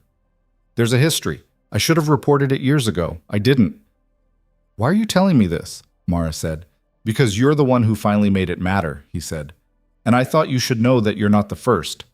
And also that some of us who should have stopped it earlier.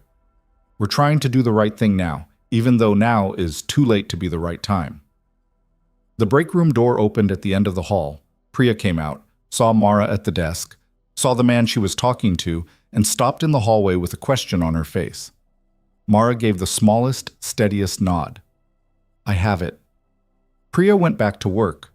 Mara looked at Marcus Greer. Go home, she said. Make sure you're available for the NCIS team when they call. She paused for one beat. And if you know anyone else who filed a complaint that disappeared, give NCIS those names. He nodded, twice, quickly, the way people nod when they're managing something larger than a nod can accommodate. I'm sorry, he said. She looked at him for a moment. That's not mine to accept or decline, she said. Direct it somewhere useful. He left.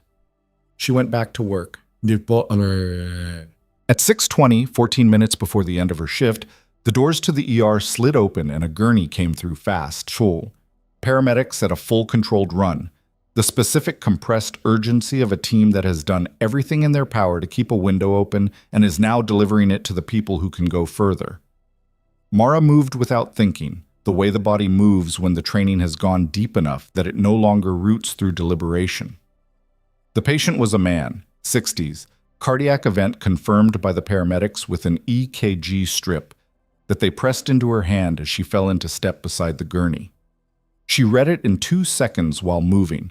ST elevation, anterior, the clear signature of a blockage in the left anterior descending artery, the one the cardiology community called the widowmaker, not for dramatic effect but for statistical accuracy.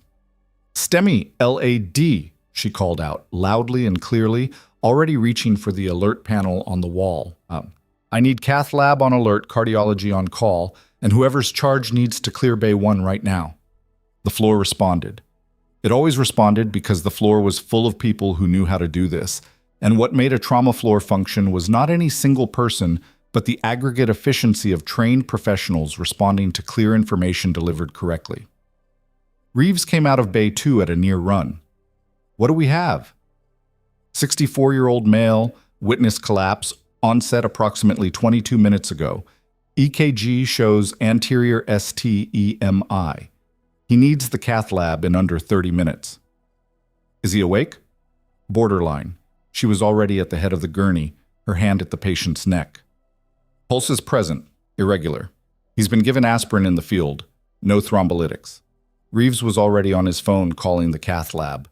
The man on the gurney, whose name she didn't know yet, who was someone's father or husband or friend, who had been going about his day a half hour ago, had his eyes open, partially, and was looking up at the ceiling of the emergency room with the slightly unfocused attention of a person who is not entirely certain of where they are.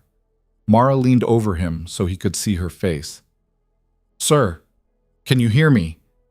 His eyes found hers. Something in them steadied. You're at Hargrove Memorial Hospital, she said. We know what's happening and we're moving fast. You're not alone. She had said those words, or words very close to them, dozens of times. They were not a script. They were the distillation of something she had learned in the specific context of people in the worst moments of their lives. That certainty and presence, delivered plainly, did something metabolic, something measurable. The man's hand, moving blindly at his side, reached in the direction of her arm. She let him hold it for exactly 6 seconds while the cardiology resident arrived at the bay entrance, and the bay was being cleared and the cath lab called back with a confirmation that the room was ready.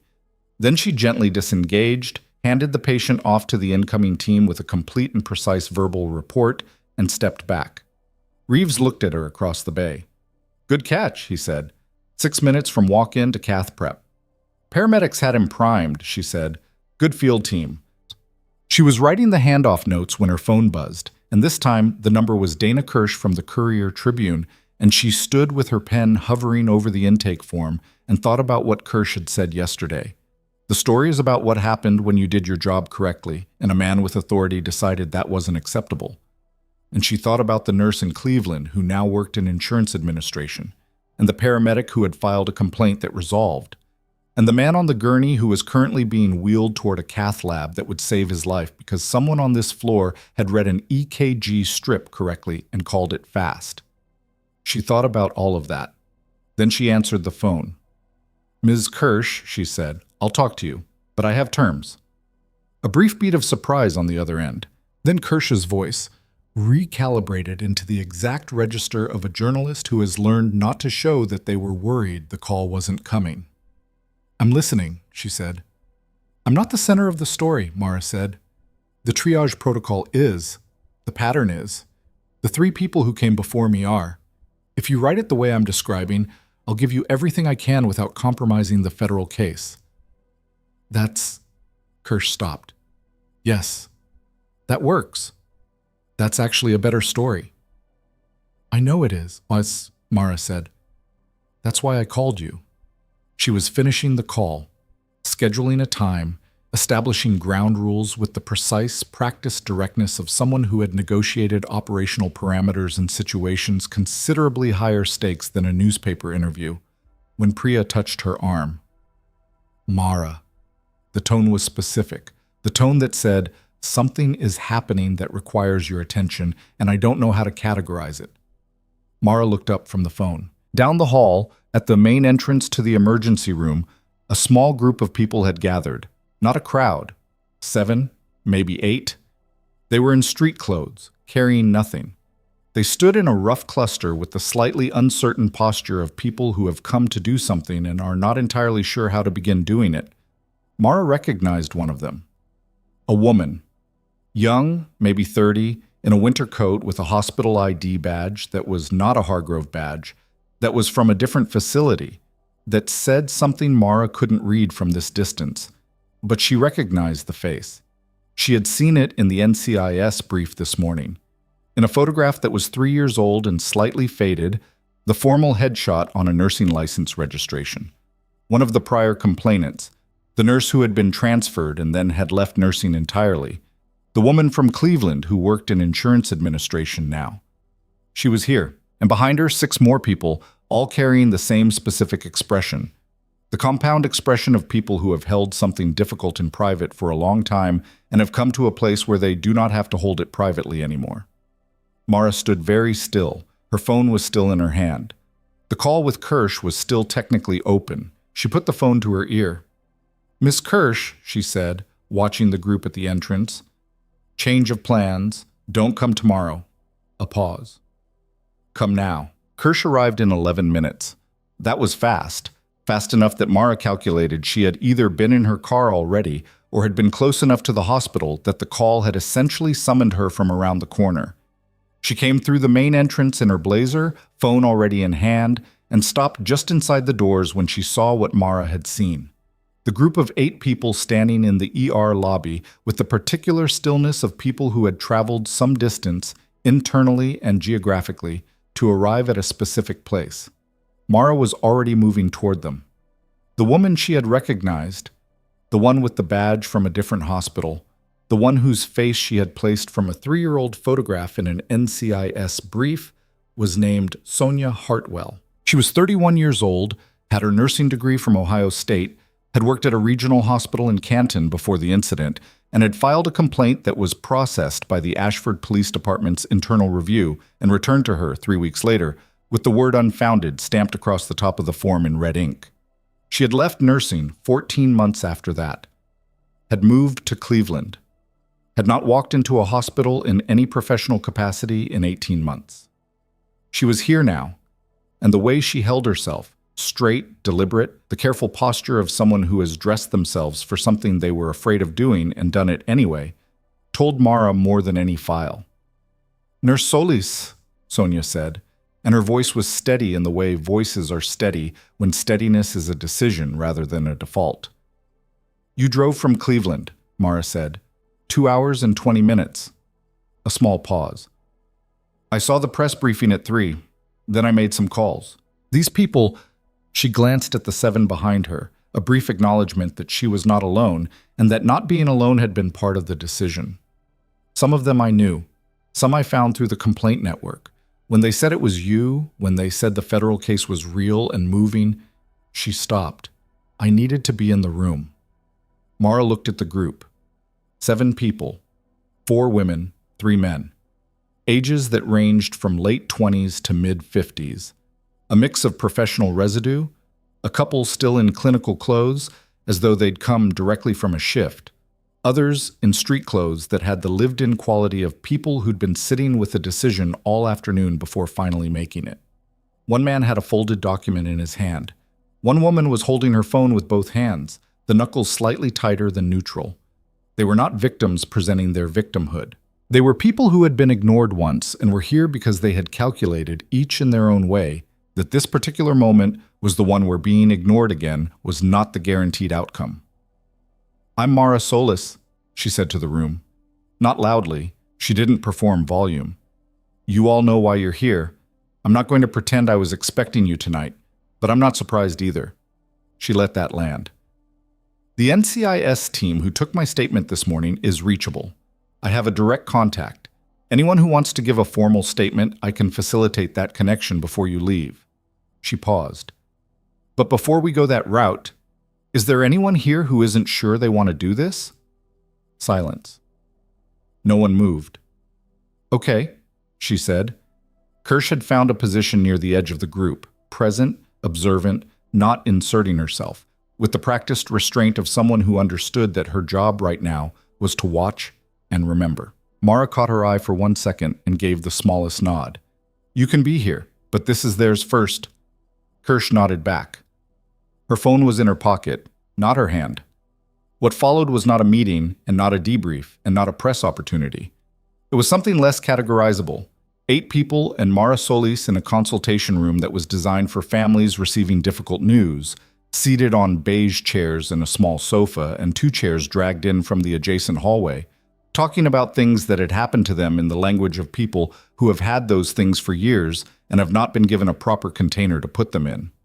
Mara did not lead it. She sat and she listened, and when someone asked her a direct question, she answered it directly, and when someone's account started to circle and lose structural confidence, she asked a question that gave it traction again. Not therapeutic technique, just the attention of someone trained to gather accurate information efficiently under pressure. The man with the folded document turned out to be a paramedic named Garrett, who had filed a complaint 2 years ago following an incident at a trauma pickup where Greer had physically blocked him from accessing a patient in a dispute about jurisdiction over a crime scene. Garrett had been shoved. He had filed. The complaint had been resolved. Garrett had received, 3 weeks after the resolution, an anonymous message on his personal phone that said, "Accidents happen to people who make waves." He had not reported the message. He had not stopped thinking about it. He unfolded the document and placed it on the table. It was a printout of the text, photographed and time-stamped, that he had kept for 2 years in a manila folder he'd moved through 3 apartments without ever opening. "I don't know if it's enough," he said. "It's evidence of witness intimidation," Mara said. "That's a separate charge. Give that to NCIS." He looked at it for a moment. Then he folded it again with the careful precision of someone archiving something valuable. Sonia spoke last among the group. She had been listening for most of the hour, her hands flat on her knees, her expression doing the particular work of a person processing other people's accounts against the template of their own. When she finally talked, she did not give a narrative. She gave facts, dates, times, what Greer had said, what he had done, how she had documented it, and what had happened to the documentation. with the clipped, deliberate structure of someone who had rehearsed the account so many times in private that it had been worn smooth, all the raw edges polished off by repetition into something that could be spoken without breaking. At the end of it, she was quiet. Then she said, "I left my job because I was afraid it would happen again, and next time no admiral was going to walk through the door." The room held that.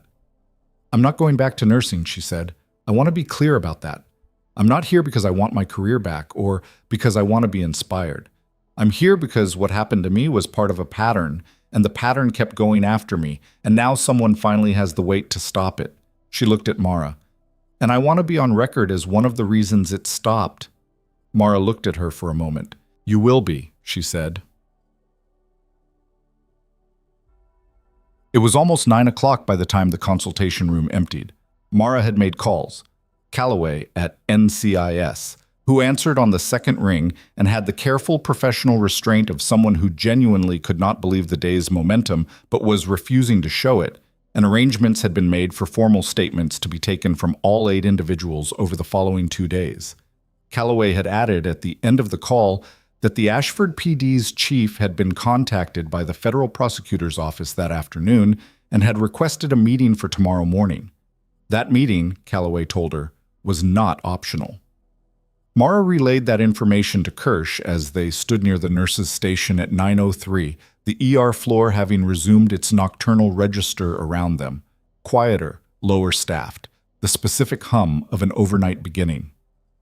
"The department meeting," Kirsch said. "That's the institutional piece." "That's the piece that produces systemic change, or doesn't," Mara said.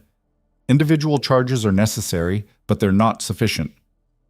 Greer going to federal holding is necessary.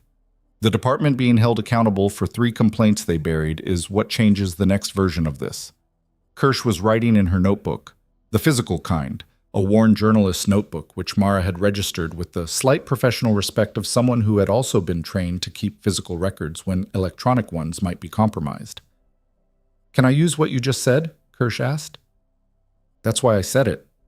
Kirsch wrote it down. Then she looked up with the expression of someone crossing from professional to direct. "The story I'm going to write," she said, "is going to be significant. The pattern, the suppression, the intimidation, the federal case, the people who came here tonight, this is not a local story anymore. This is going to run nationally, possibly within 48 hours. Mara absorbed that. "And you," Kirsch said, "are going to be part of it whether or not you're the center of it.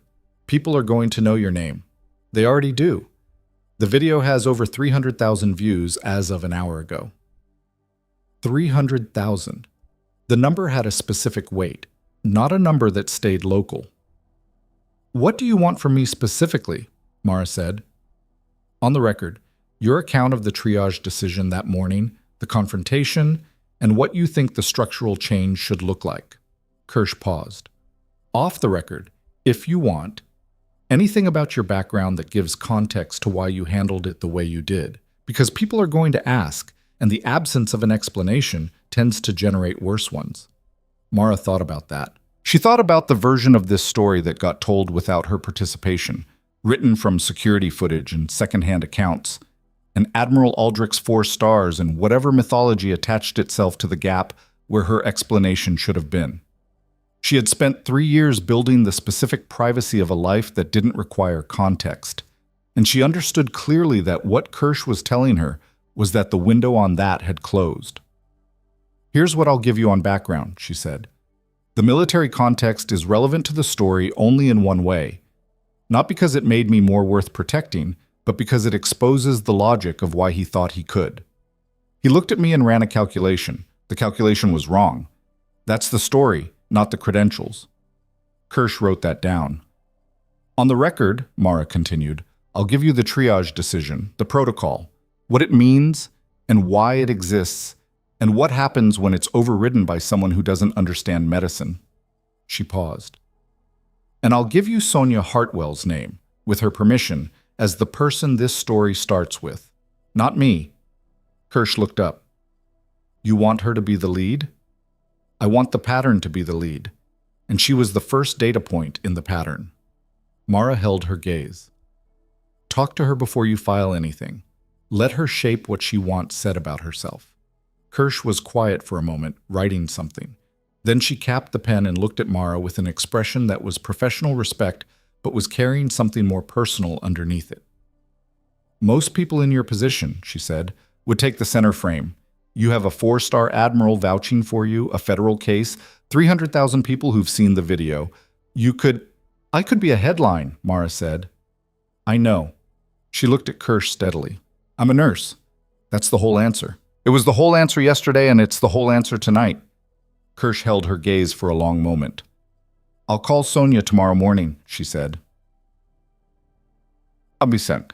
The story ran on the Courier-Tribune website at 6:17 the following morning, and by 8 it had been picked up by 2 national wire services. Mara read it on her phone over the black coffee she was making before her shift, standing at her kitchen counter, and read it twice, once for accuracy and once for the shape of it, the way Kirsch had constructed it.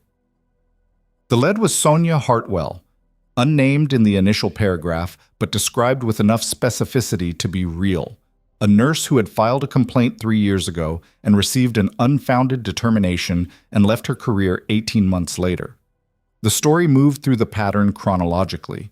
4 complainants across 6 years, each one processed by the same internal mechanism, each one absorbed and neutralized. Then the events of Tuesday morning, told precisely. The triage decision, the confrontation, the intervention, the arrest. Then the federal case. Then the 8 people who had come to Hargrove Memorial the previous evening. Kirsch had gotten the structure exactly right. The story was not about Mara Solus and a 4-star admiral.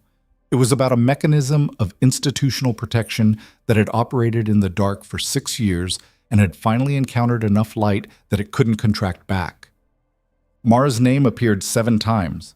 Admiral Aldrich's appeared 3. Sonia Hartwell's, with her permission, she confirmed in a brief text she'd sent Mara at midnight, appeared 5. The final paragraph was a quote from Mara that Kirsch had extracted from the consultation room conversation and rendered with the exact tone and cadence she'd intended. Triage protocol exists because medicine has to be protected from authority. When someone with a badge tells you to prioritize the wrong patient, they're not just wrong about procedure. They're wrong about what a hospital is for. Her phone had 37 unread notifications by the time she finished reading. She put it in her bag and drove to work. The press briefing at the Ashford Police Department happened at 10 o'clock that morning, and Mara was on the floor when it began, which meant she heard about it in real time through a combination of Priya checking her phone and Dex, back for a day shift coverage, standing near the nurses' station with the expression of a man watching something long overdue arrive. The chief's name was Raymond Polk, and he had been chief of the Ashford PD for 9 years. He was 62, a large man with the kind of physical presence that institutional authority tended to reinforce over decades, and he stood at the briefing podium with an expression that was professional composure doing heavy labor. He announced the termination of Todd Greer's employment, effective immediately. He announced the suspension pending investigation of 2 supervisory officers who had processed the prior complaints. He announced the formation of an independent review panel to examine the department's complaint resolution procedures over the preceding 8 years. Not 6, he said specifically, with the emphasis of someone who had been told the number was larger than he'd initially understood. He did not say the word sorry. What he said was, the department acknowledges failures in its review process that resulted in harm to complainants, and those failures will be addressed with full transparency and full accountability. It was not an apology. It was the structural shape of one, which was different and somewhat less than the thing itself, but it was also public and recorded and part of the permanent account of what had happened. Dex had his phone angled so Mara could see the screen while she was charting. 8 years, he said quietly. At least, she said. How many people in 8 years? She thought about that, not the number she knew about, but the number that existed in the gap between what had been documented and what had simply been swallowed. In her experience with institutional complaint processes, the ratio of documented to actual was rarely favorable. More than we'll find, she said. At noon, Calloway called her between patients to tell her that the federal arraignment had been scheduled for the following Monday. Greer had been processed and was in federal holding, where he had apparently requested a lawyer within the first 10 minutes and had not said anything further. The lawyer, Calloway told her, was a former police union attorney from Columbus who had handled 3 previous officer misconduct cases, all of which had been settled quietly. He's going to try to negotiate, Calloway said. He doesn't have much to negotiate with, Mara said. He has whatever the union is willing to protect, which, given the federal involvement, may be less than usual. A pause. The intimidation evidence, Garrett's message, that's a significant addition. Witness intimidation stacks on top of the assault charge and the pattern's evidence. His attorney is going to have a difficult time building a narrative around this. What about the department's liability? The independent review panel the chief announced is not, technically, subject to our jurisdiction, but the 2 suspended supervisors are persons of interest in the complaint suppression investigation, and what they say or don't say in the departmental review will inform what happens federally. A beat. We're watching it. And the prior complainants' cases? The unfounded determinations on all 4 original complaints are being formally reviewed. That process can result in expungement of the determination from departmental record and, in some cases, referral for civil remediation. He paused again, and this time the pause had something more careful in it. Sonia Hartwell's case specifically, the career interruption, the loss of income, the circumstances under which she left her position, that's a civil matter separate from the federal criminal case. But it's not a small matter. I'd suggest she speak to an attorney independently. I'll tell her, Mara said. She called Sonia from the break room at 12:30, standing with her lunch in her other hand, and relayed Calloway's suggestion directly and without editorializing. Sonia was quiet for a moment. I didn't come here for money, she said. I know, Mara said. But a civil case isn't just about money. It's about creating a documented record that says what happened to you cost something, that matters for the people who come after. Another silence, longer this time. Okay, Sonia said. Do you know any attorneys? I don't, but NCIS may have referrals, or the Nursing Association's legal support network can connect you. She paused. You don't have to decide today. I know. A brief exhale. I keep thinking about the job, Sonia said. Not about going back to it. Just, I think about the patients I used to have. A woman with early-stage ALS I was following for almost a year. A pediatric patient with chronic kidney disease whose family I knew well. She stopped. I think about them and I wonder who covered for me. I wonder if the coverage was as... She stopped again. You don't have to answer that, Mara said. I know I don't, Sonia said. I'm just realizing that I've been angry about what happened to me, which is correct, but I haven't fully thought about what it cost the people I was treating, and that's... She stopped a 3rd time, and when she came back, her voice was quieter. That's actually worse. Mara held the phone and let that sit without filling it. If you decide you want to go back to clinical work, Mara said eventually, there are reinstatement pathways through the board. I can find out what that looks like. You do that? You left because someone failed you, Mara said. That's a removable obstacle. Whether you want to remove it is your decision, but it should be your decision, not his. The line was quiet for a moment. Let me think about it, Sonia said. By mid-afternoon, the video had crossed 800,000 views. By 4 o'clock, it was over 1 million.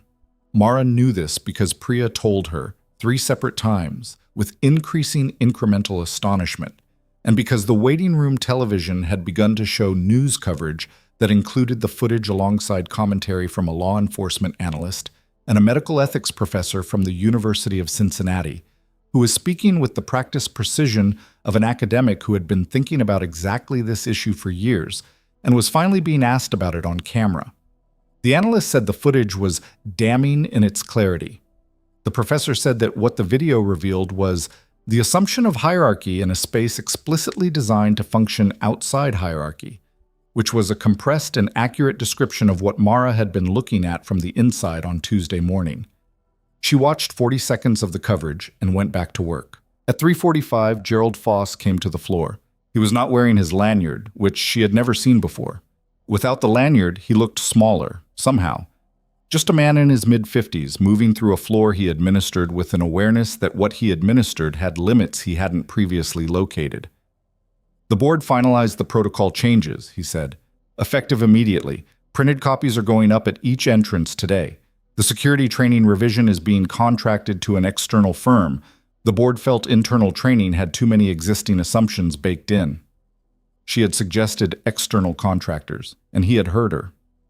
Good, she said. He stood for a moment holding something he hadn't said yet. The national coverage, he said.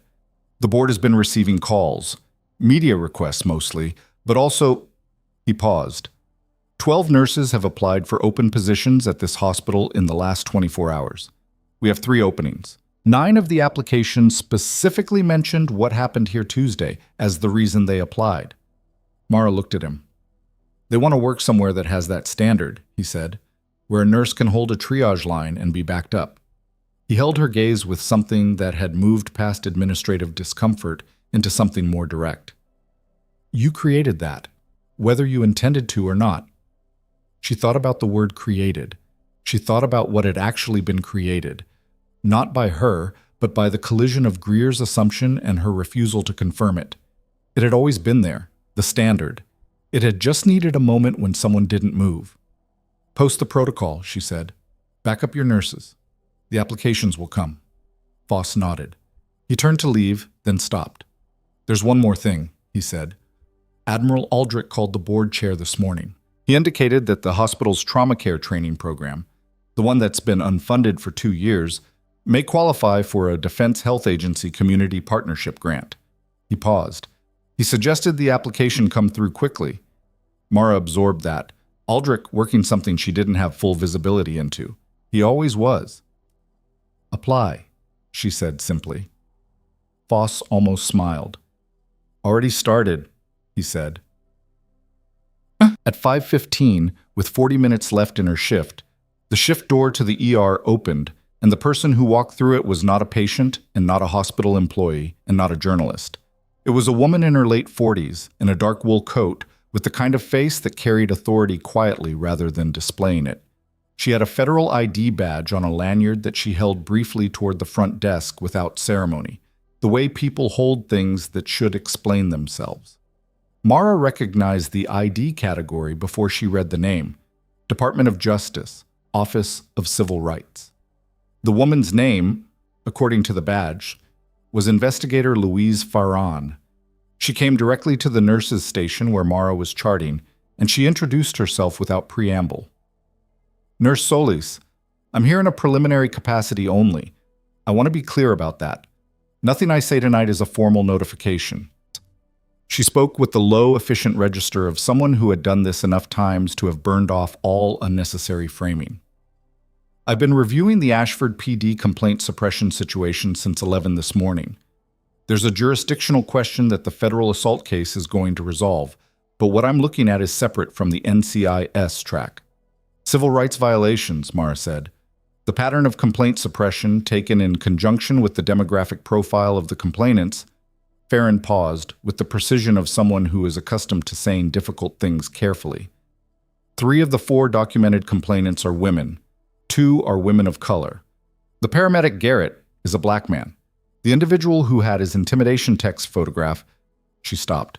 The demographic pattern in who was targeted and in how their complaints were processed against complaints filed by other individuals in the same period is relevant to whether this rises to a civil rights matter beyond individual assault. The floor noise continued around them. A monitor beeped. Someone in the waiting room coughed. Mara stood at the charting station with her pen still in her hand and processed what Farhan was describing with the focused recognition of someone whose field of understanding has just expanded to include a dimension they'd suspected but hadn't fully articulated. You're saying he selected for vulnerability, Mara said. I'm saying the data is suggestive of a pattern that extends beyond individual aggression into something that requires civil rights examination. Farhan met her eyes. Which is a more serious legal category, with different remedies and different institutional implications. For the department, for the supervisors who process the complaints, potentially for individuals within the review structure who were aware of the pattern and failed to escalate. Farron paused. Potentially for more than Ashford. Mara went still. More than Ashford, she repeated. Todd Greer worked in 2 other jurisdictions before Ashford, Farron said quietly. We're making inquiries. The specific weight of that statement settled in the room like something structural. Not just Ashford, not just 6 years. A person who had moved through institutional structures that absorbed and protected, and had moved between them, carrying the pattern from one location to the next, the protection traveling with him. How long? Mara said. We don't know yet. Are there complaints in the other jurisdictions? There are files, Farron said, with the particular careful language of someone who had seen files that hadn't become complaints because someone had made sure they didn't. We're making inquiries. Mara set her pen down. What do you need from me? Tonight, nothing. I'm here because you're the most visible point in this case, and I wanted you to hear this information in person rather than through a news cycle. Farron held her gaze directly. What you do with it is your business. But if you're speaking to the press, I spoke to the Courier-Tribune last night, Mara said. The story ran this morning. I know. It's what put us here. What I want you to understand is that the story is larger than what that article covers. She paused. And there are more people.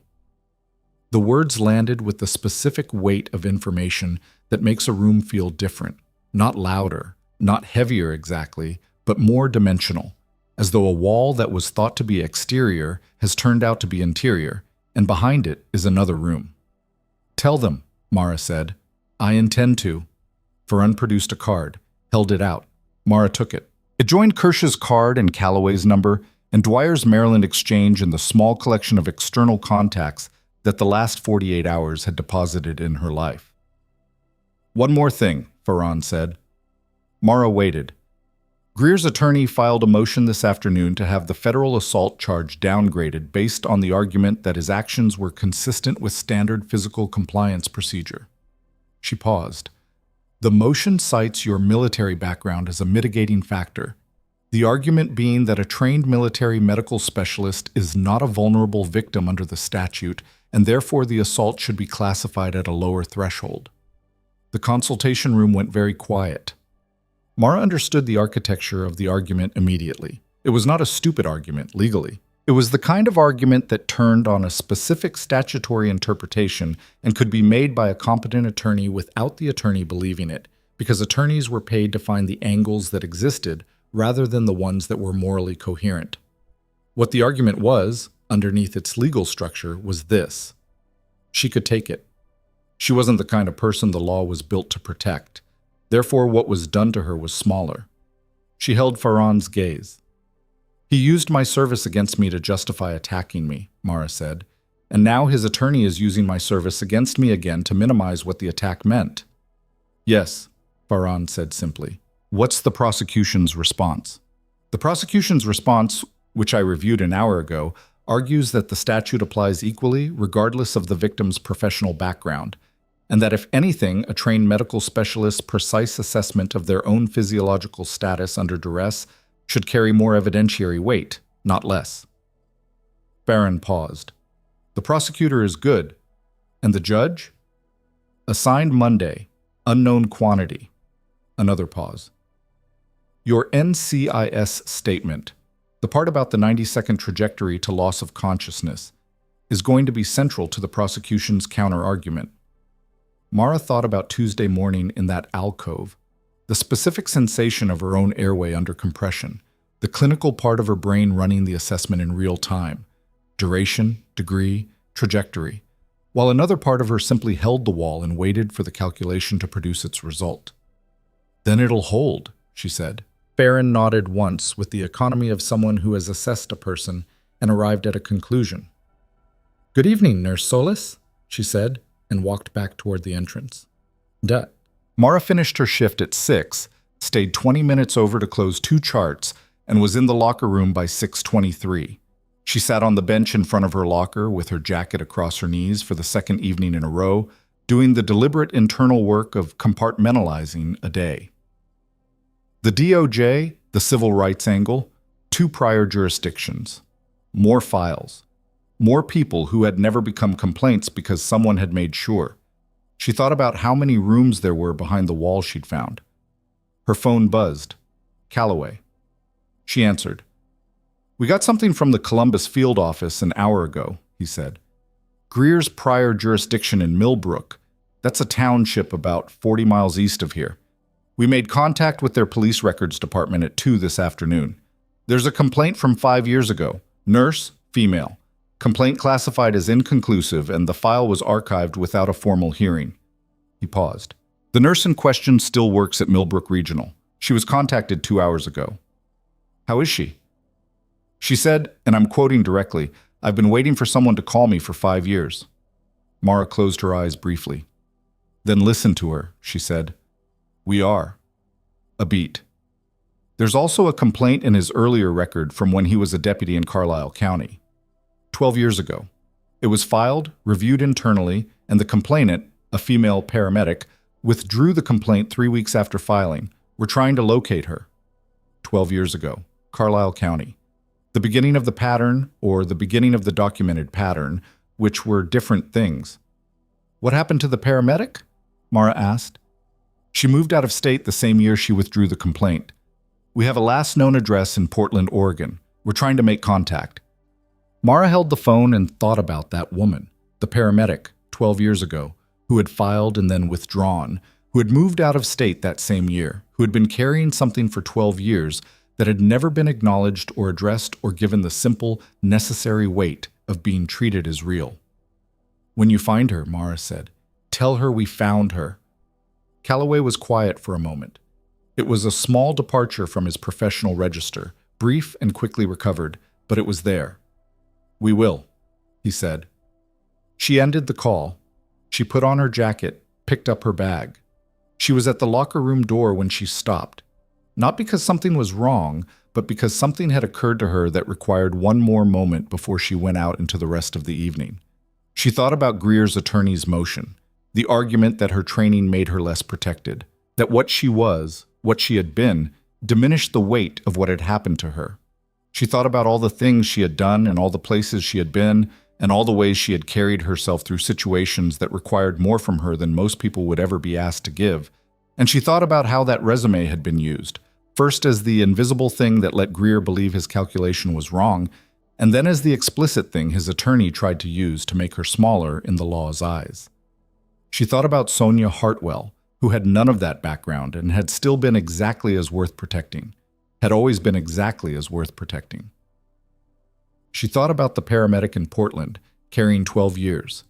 Then she pushed open the locker room door and walked back out into the hospital, because the exit was on the other side of the ER floor and there was one thing left to do before she drove home. She went to the nurse's station. Priya was there, end of her shift, pulling on her coat. "Before you go," Mara said. Priya looked up. "Tomorrow morning," Mara said. "There's a Nursing Association Legal Support Network meeting that Sonia Hartwell is going to attend remotely. If you want to sit in, learn what the complaint process should look like and what resources exist, I can send you the information tonight." Priya looked at her for a moment. Something in her face was working through a decision. "Yes," she said. "Send it." Mara nodded, pulled out her phone, pulled up the Nursing Association contact she'd found that afternoon. She was typing the address into a message to Priya when her screen lit up with an incoming call.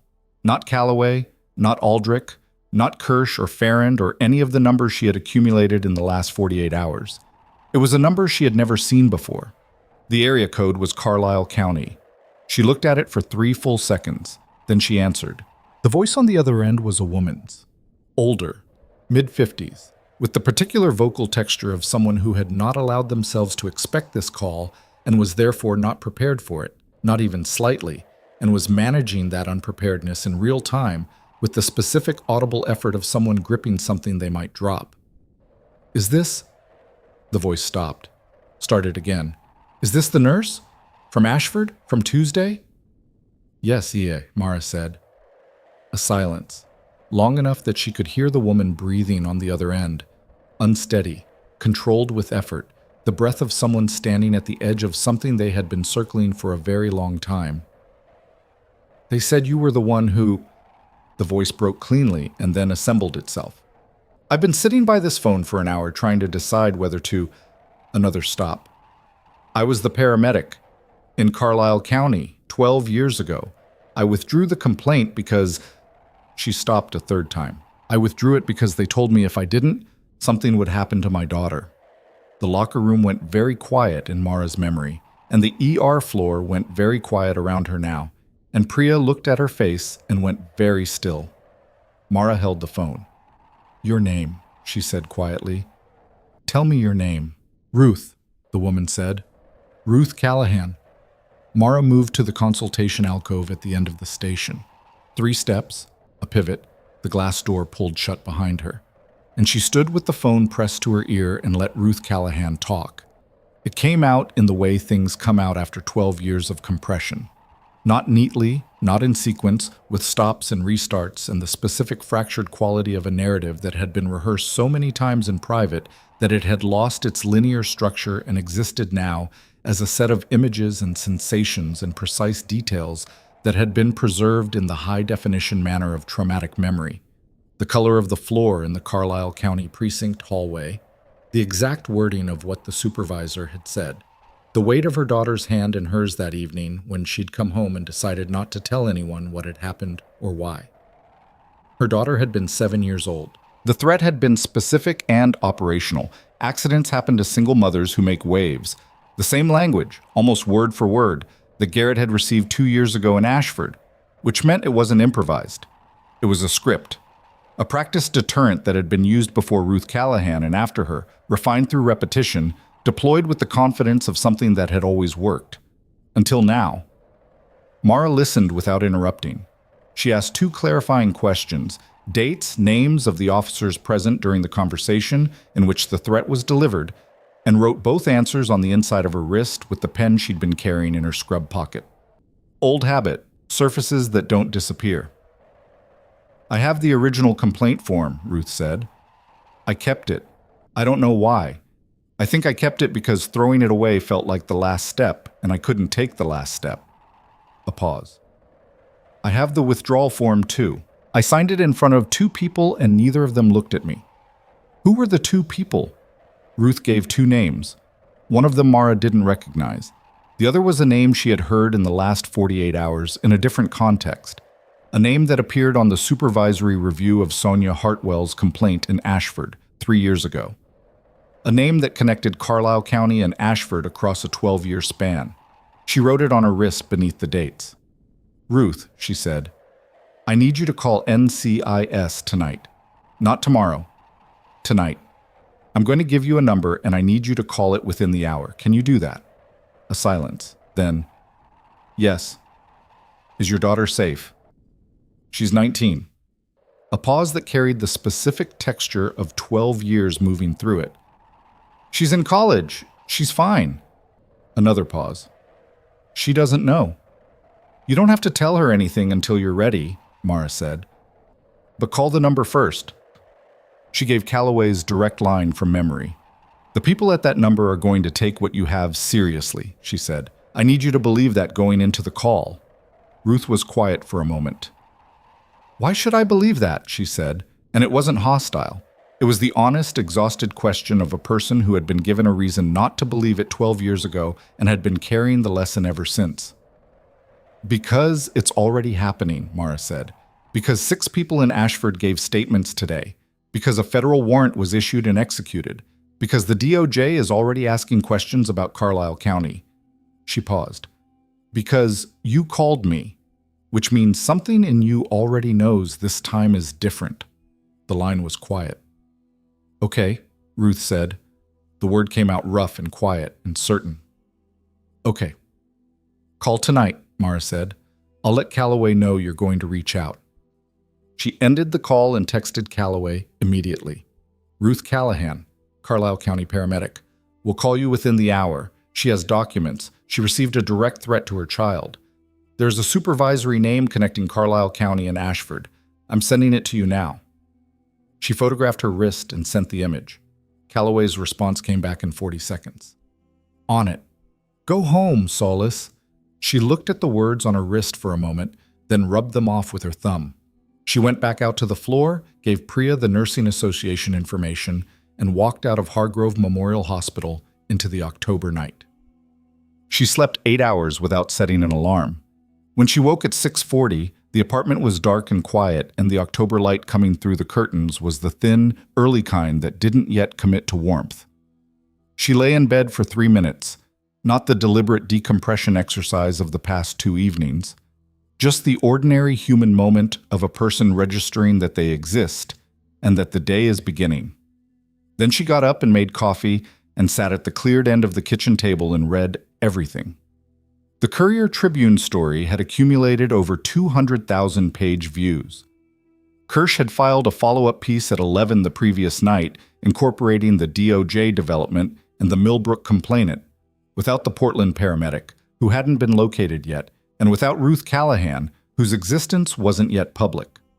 The follow-up had been picked up by 14 national outlets by morning.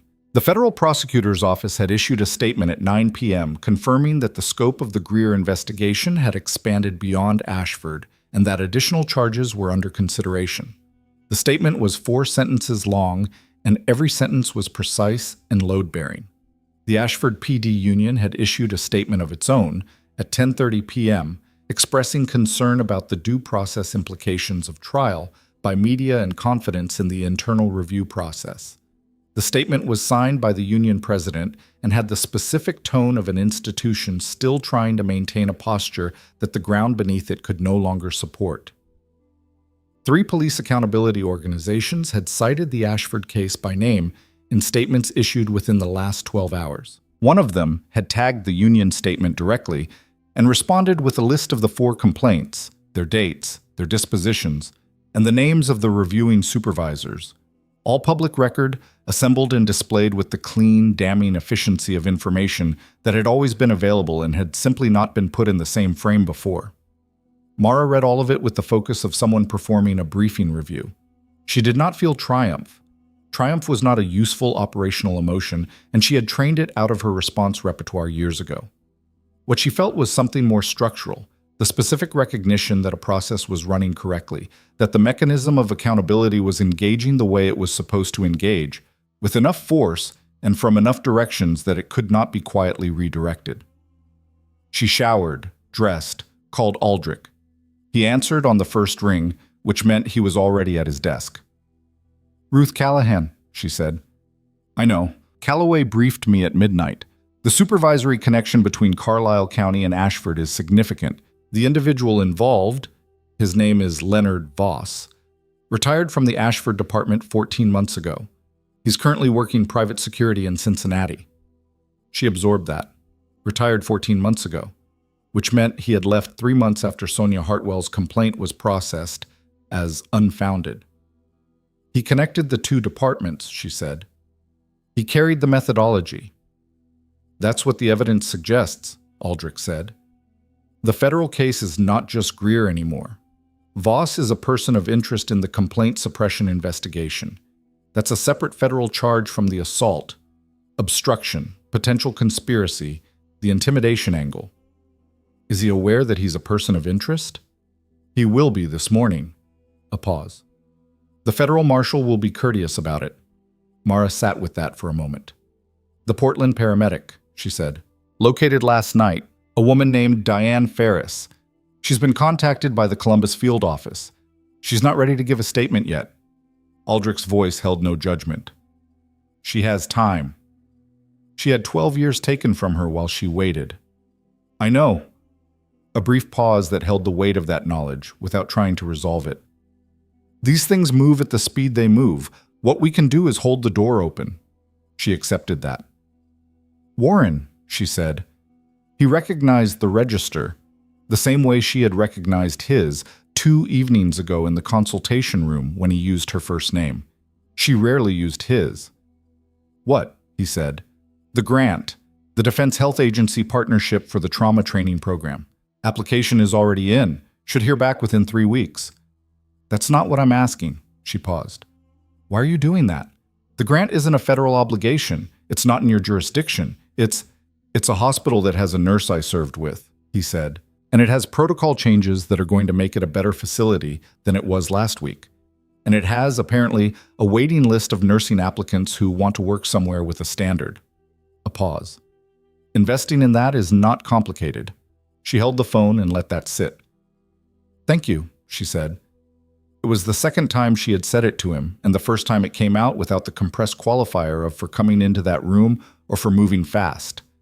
Just the thing itself. Whole. "Go to work," he said. She was on the floor by noon, and the floor that she walked onto was different from the one she had walked onto Tuesday morning in ways that were both visible and atmospheric. The protocol notices were up, printed on white paper in clear sans serif type, framed in the red borders of official hospital postings, mounted at the ambulance bay entrance, the main ER entrance, and the waiting room wall. They were not lengthy documents. They said in plain language, "Triage priority is determined solely by medical need. No external authority may override triage determination. Any person who attempts to do so will be asked to leave the clinical area." Mara stopped in front of the waiting room posting and read it once. 3 sentences. The result of a child with pneumonia and a man who thought a badge was a medical credential. She went to the nurse's station. Priya was there, and she straightened almost imperceptibly when she saw Mara. Not with the performative deference of Tuesday morning, but with the different quality of someone who has done something and wants the person they did it for to know about it. "I attended the Nursing Association meeting this morning," she said, "the remote one with Sonia. How was it?" "Useful." A pause. There were 11 nurses on the call, from 4 different states. She stopped and then said something that she had clearly been organizing since the call ended. "I didn't know there was a formal process for documenting workplace intimidation that exists outside the hospital's own system. I didn't know there was a peer support structure for nurses who experienced coercive situations and didn't report them. I didn't know any of that." She met Mara's eyes. "We should have been told." "Yes," Mara said simply. "You should have. I'm going to ask the board to add it to the onboarding protocol. The legal support network, the external documentation process, all of it, alongside the triage protocol update." Mara looked at her. "Put it in writing," she said. "I'll sign it with you." Priya exhaled, a small, specific exhale, the kind that carries more than air. Reeves appeared from Bay 2, charting tablet in hand, and stopped when he saw Mara. "Callie Odom is being discharged this afternoon," he said. "Her mother asked if you'd be available." The name caught her. Odom. She played it back. "Harriet Odom," she said, "the board member." "Her granddaughter," Reeves said. "Jessie is Harriet's daughter." He paused. "Which I did not know until Harriet came to the floor this morning and introduced herself to me as Callie's grandmother." He held Mara's gaze. "She also told me she knew who triaged Callie on Tuesday morning and that it was the reason her granddaughter was going home." Mara said nothing for a moment. "She didn't say anything to me about being on the board," she said. "No," Reeves said. "She said she wanted you to treat Callie the way you would have treated her regardless of who her grandmother was. She said if she'd introduced herself first, she'd never have known." A pause. "She also said she wants to establish an endowed training fund for ER nurses. In Callie's name." The floor continued around them. Monitors, movement, the ordinary ongoing emergency of a functioning hospital, and Mara stood inside it and felt the specific weight of a thing coming around to its full shape. "Tell her I'll be there," she said. No. Callie was discharged at 3:15. She was brought down from her room in a wheelchair by a transport aide, the stuffed rabbit in her lap, her small face pink with recovered health, and the slightly bewildered look of a 4-year-old who had been in a hospital for 3 days and was not entirely sure what the rules were in this place. Jessie walked beside her, carrying the overnight bag and her daughter's coat and the residual exhaustion of 3 days of hospital vigil. Harriet Odom was there. Mara had not met her formally, had only seen her across a board meeting, and she was a woman of 70, compact and silver-haired, who moved with the particular economy of someone who has spent a lifetime making decisions and has stopped wasting motion on the ones that don't require it. She shook Mara's hand when she saw her, and her grip was firm and direct. "I know what you do," Harriet said. "I've been on this board for 12 years, and I've watched good nurses do it every day. What I didn't know was what it cost when the people running this place failed to protect you." She paused. I intend to make sure the board understands that as an operational failure with operational consequences. The protocol changes will help, Mara said. The protocol changes are the floor, Harriet said, not the ceiling. Mara looked at her. The training fund, she said. Callie's fund, Harriet said with the quiet certainty of something already decided. Advanced triage training, conflict de-escalation, legal literacy for clinical staff. She paused. And a reporting structure for workplace intimidation that has teeth. External teeth. She met Mara's eyes. You told Gerald you wanted structural change. This is what structural change looks like when the board decides to take it seriously. Thank you, Mara said. Don't thank me, Harriet said. Thank whoever decided my granddaughter mattered more than a bureaucratic process. She glanced at Callie, who was peering at Mara from the wheelchair with the frank, unguarded assessment of small children. I believe that was you. Callie looked up at Mara and said, with the direct seriousness of a 4-year-old delivering important information, I'm going home. I know, Mara said. You worked hard for it. Callie considered this. Then she held out the rabbit, with great deliberation, and placed it in Mara's hands. Jessie made a small sound. Callie, honey, that's your... She can have it, Callie said, with the complete authority of a child who has made up her mind. Mara looked at the small stuffed rabbit in her hands. Its ear was slightly bent. It had the worn quality of something that had been held many times in the dark. She looked at Callie. I'll take good care of it, she said. Callie nodded, satisfied, and then turned to her mother and said she wanted to go to the car, and Jessie laughed. The specific fractured laugh of a person who has been afraid for 3 days and has just been given full permission to stop, and kissed the top of her daughter's head and wheeled her toward the exit. Harriet held Mara's gaze for one more moment.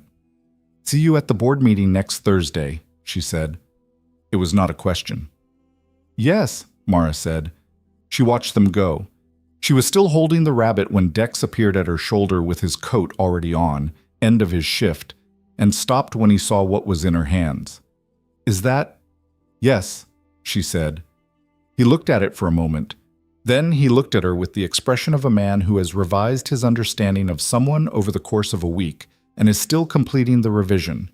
You know, he said, for someone who doesn't want a ceremony. I don't want a ceremony, she said. You keep ending up at the center of one anyway. She looked at him.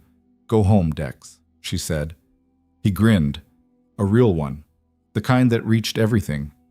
And went. Mom. The federal arraignment of Todd Greer took place the following Monday morning in a federal courtroom in Columbus. Mara was not present. She was on the floor at Hargrove Memorial, where she belonged, where she had always belonged, managing a board with 14 patients and a first-year resident who needed guidance on a chest assessment, and an elderly woman with a broken wrist who was frightened and needed someone to explain what was about to happen in language she could hold. Calloway texted her at 10:17. Arraigned on federal assault charge, pattern of behavior documentation entered into record. Intimidation charge formally added. Bail set at $200,000. He's not going anywhere. She read it between the wrist assessment and the chest consult, and she put her phone back in her pocket and went back to the floor. The second text came at 11:45. Voss taken in for questioning this morning in Cincinnati. Not under arrest yet. Persons of interest have rights too. But the conversation is happening. The third text came at 2:30 from Farrand at the DOJ. Preliminary findings support civil rights referral in the complaint suppression pattern. This goes to formal investigation. Timeline, 60 to 90 days. I'll keep you posted. The fourth text came at 4:15 from a number she had begun to recognize as Sonia Hartwell's. I spoke to an attorney. She thinks I have a strong civil case. I wanted you to know. Mara smiled at that one. Small, private, at the medication cart between 2 charting sessions. The fifth and final text of the day came at 5:55, 15 minutes before her shift ended, from Ruth Callahan. I gave my statement to NCIS yesterday. I gave them the documents, I gave them the names. They told me the information was significant. My daughter called me last night. I told her. She said, Mom, I can't believe you carried that alone. I said, I had to wait until it was safe. She said, Is it safe now? I said, I think so. She said, "Then I'm glad you finally told someone. I'm glad it was you." Mara read it twice. Then she put her phone away and finished her shift. 3 weeks later, the Ashford Courier-Tribune ran a follow-up story under Dana Kirsch's byline that occupied the front page and the first 4 pages of the print edition, a thing that happened rarely enough that the paper's editor had called Kirsch at 11 the previous night to tell her this was going to be the most read thing they'd published in the decade he'd been there. The story was titled, "The Complaint That Never Disappeared: How One Hospital's Triage Decision Exposed 12 Years of Silenced Voices." It began with Sonia Hartwell. It moved through the 4 Ashford complainants, then Garrett's intimidation message, then the Millbrook nurse, then Ruth Callahan, named, with her full permission, in her own words, with her own account of what had been threatened and what she had carried. And it ended in Carlisle County 12 years ago, where a woman had been told that making waves had consequences for mothers and their children. Diane Ferris, the Portland paramedic, had ultimately given a statement to NCIS and had allowed Kirsch to include her name as well. She had not gone into detail with Kirsch about the 12 years. She had said only this: "I thought what happened to me was my fault for not being powerful enough to stop it. Now I understand it wasn't a question of power. It was a question of who was in the room when it finally mattered." The story ran with a sidebar on the Hargrove Memorial Protocol changes and the establishment of Callie's Fund. It ran with a statement from Harriet Odom about the board's commitment to structural accountability. It ran with a comment from the federal prosecutor's office confirming the expanded investigation. It ran with a no comment from the police union that was, in its silence, louder than most statements. And it ran with one extended quote from Mara Solis placed at the end of the main piece, which Kirsch had extracted from a 40-minute conversation in the hospital break room the previous week, during which Mara had drunk 2 cups of cold coffee and spoken with the same undecorated precision she applied to everything. Triage is not a bureaucratic procedure. It's a moral one. It says, the most critical need comes first, regardless of who's asking, regardless of the badge, the title, the volume, the threat. The person who is going to deteriorate without intervention is the priority, always. That's not a rule we follow when it's convenient. It's the whole architecture of what we do. When someone tries to override it, they're not just wrong about sequence.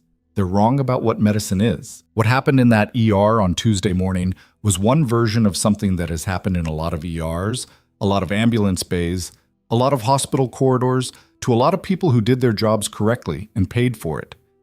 The only difference this time was that someone walked through the door who could make the weight of it real. That shouldn't be the difference. But it was. What I want the people who were silenced before this to understand is, it was always real. Every complaint that was filed and buried, every person who left their job, every person who stayed and swallowed it, that was always real. The weight was always the same. It just finally landed somewhere it couldn't be absorbed. The story was read 4 million times in the first week. On a Thursday in November, Mara attended her first Hargrove Memorial Board meeting. She sat at the long table in the 4th floor conference room in her scrubs. She had come directly from a shift, which was why she was in scrubs. And also, she had decided privately, because the scrubs were the point. And she presented the proposed addendum to the hospital's nursing protocol documentation, co-signed by herself and Priya, which laid out the external reporting structure, the legal support network integration, and the workplace intimidation documentation pathway. She had prepared for 15 minutes. The board approved it unanimously in 9. Harriet Odom, across the table, caught her eye afterward and gave one nod.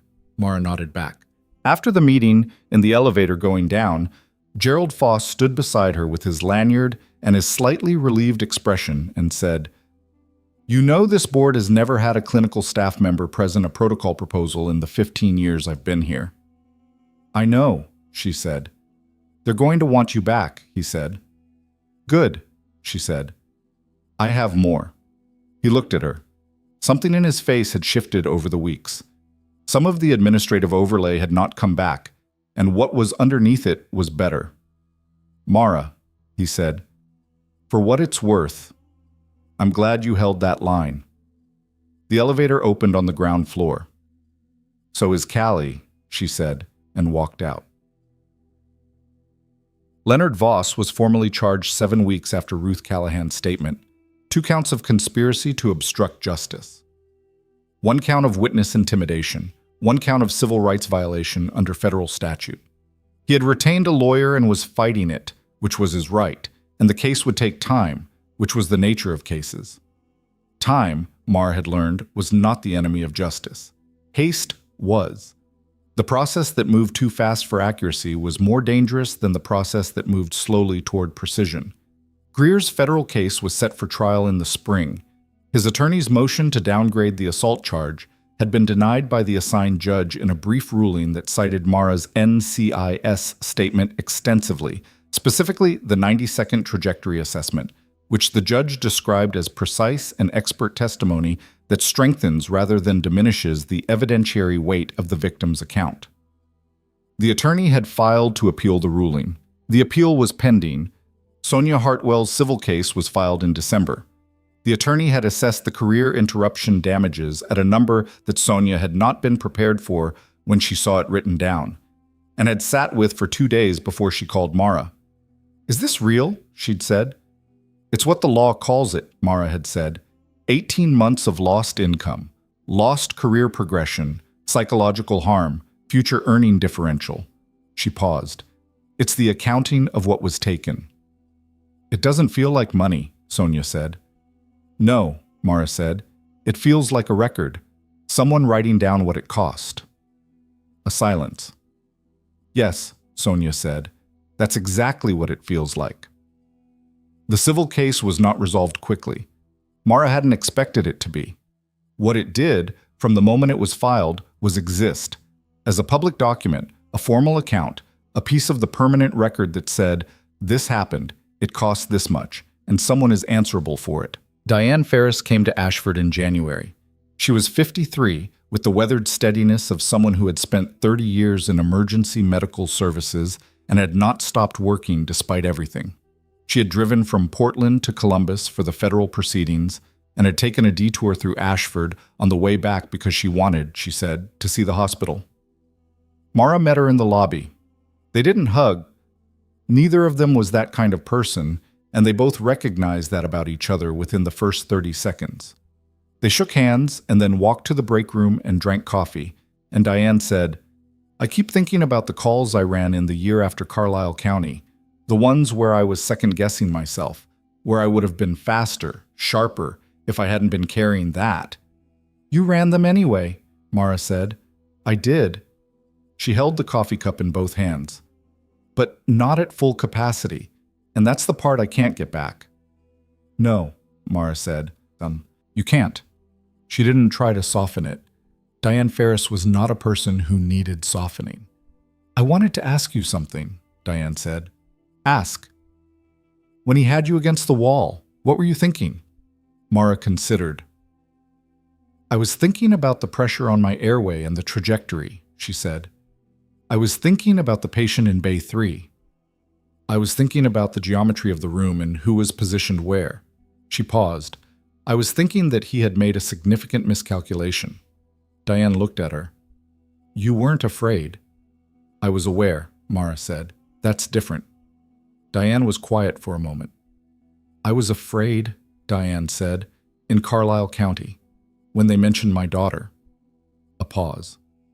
"I've thought about that for 12 years, whether I should have held the line anyway." "You were protecting your child," Mara said. "That's not cowardice. That's a different kind of correct decision in an impossible situation. It let him keep going." "The people who created the impossible situation let him keep going," Mara said. "You were responding to a threat against your daughter. The responsibility for what happened after that belongs to the people who made that threat possible." Diane looked at her. "You believe that," she said. Not a question, a verification. She was checking whether Mara was saying it as comfort or as conviction. "Completely," Mara said. Diane exhaled. Something in her frame released. Not dramatically, not with the visible collapse of a person finally unburdened, just the slight, specific relaxation of a structure that has been holding a position for a very long time and has been told it can stop. "Okay," she said.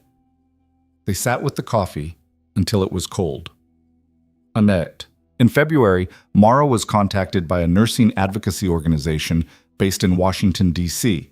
Not a ceremonial call, not a request for a statement or an appearance, but a substantive conversation with the organization's director about a gap they had identified in the existing framework of nurse workplace protections, specifically around the intersection of law enforcement interactions and triage authority in emergency settings. The gap was not theoretical. It existed in hospital policy documents across 14 states. It had existed for years. It was the reason an officer could walk into an ER and believe, with some reasonable basis, that a sufficiently forceful request could override a clinical decision. The director wanted to know if Mara would be willing to consult on a model policy framework. She sat with the question for 2 days, not because she was uncertain about the answer, but because she wanted to be clear about what she was agreeing to. Not a performance, not a public role, not a face attached to a cause. A specific piece of structural work that produced a document that produced a standard that protected the people who came after. She called back on the 3rd day. "I'll do it," she said, "but I want 2 people involved in the drafting." "Who?"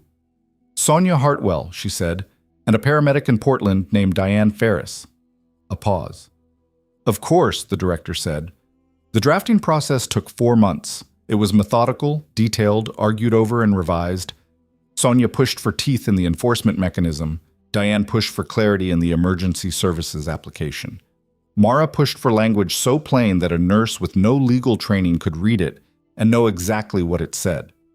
They met by video call on Tuesday evenings, which was Mara's choice of day, and she did not explain why. The model policy was completed in June. It was distributed to hospital associations in 23 states and formally adopted by 6 of them within the first 3 months. The American College of Emergency Physicians issued a statement of support. 2 states introduced legislation based on the framework. The document had 3 authors. All of their names were on it. Mott. On a Tuesday morning in October, exactly 1 year after the day that had changed everything, Mara Solis arrived at Hargrove Memorial Hospital at 6:45. She parked in the back lot, pulled her hair into a knot, clipped her badge, walked through the ambulance bay doors. The floor looked the way it always looked at 6:45. The overnight crew winding down, the morning shift coming in, the particular early shift stillness that preceded the day's volume. The protocol notices were on the walls. The new security protocols had been running for 10 months. The nursing staff had grown by 11 people since August. She poured coffee at the nurses' station, black, no sugar, and pulled up the board. 9 patients already waiting. 1 pediatric case flagged. She assessed it in 30 seconds. The pattern was familiar, the respiratory notation consistent with something that needed attention before the morning got louder. Priya was already there, a year more confident, with the specific quality of someone who had learned a thing about herself and integrated it. "Morning," Priya said. "Morning." Mara looked at the board. The pediatric flag, already paged respiratory, Priya said. "Reeves is on his way in." Mara looked at her. "Good," she said. She set down the coffee. She picked up the chart. She walked toward the bay where a child was waiting. Behind her, on the shelf above the nurses' station, placed there months ago without announcement, in a spot that was visible but not prominent, between the charging station and the hand sanitizer, was a small stuffed rabbit with a slightly bent ear. Its worn quality spoke of something that had been held in the dark many times. Priya had asked about it once, months ago. "It belongs to someone who went home," Mara had said. She hadn't explained further. She didn't need to. The floor was alive with its ordinary urgency. Monitors and voices and the motion of people who had chosen, each for their own reasons, to spend their days in the place where the stakes were highest and the margin for error was smallest. Not because it was easy, not because it was appreciated, not because it protected them from the particular kind of harm that had been done in this very room a year ago, but because the work was real and the need was real, and some people were built in such a way that the realness of it was not a deterrent but a reason. Mara Solis walked into Bay 3. She introduced herself. She looked at the child. She listened with the complete and unpartitioned attention of someone who has learned, in places no hospital floor could replicate, that the most important thing you can give another person is the certainty that you are not going anywhere until you understand exactly what they need. The child's mother looked up at her with the universal expression of a parent in a room they never wanted to be in. "Is she going to be okay?" she asked. Mara looked at the child, looked at the chart, looked back at the mother. "I'm going to find out what's happening," she said, "and then we're going to fix it." It was not a guarantee. It was something better. It was true, and it was moving, and it was already in motion before the words finished leaving her mouth. Outside the bay, the floor ran on. The board filled. The morning escalated into its ordinary, extraordinary complexity. Somewhere in Columbus, a federal case was building toward trial. In Washington, a policy document was making its way through association reviews in 3 more states. In Cleveland, a woman who had once left a career she loved was sitting with a choice that was finally, fully hers to make. In Portland, a paramedic was running a call. In Ashford, Ohio, in an emergency room that had learned something about itself a year ago and had not forgotten it, a nurse was doing exactly the thing she had always done. She was holding the line. Not because someone was watching, not because someone would know, not because the outcome was guaranteed or the protection was certain or the room would always recognize what it owed her, but because the line was the line, and someone had to stand at it, and she had never in her life walked away from the place where she was needed most. The monitors beeped. The work continued.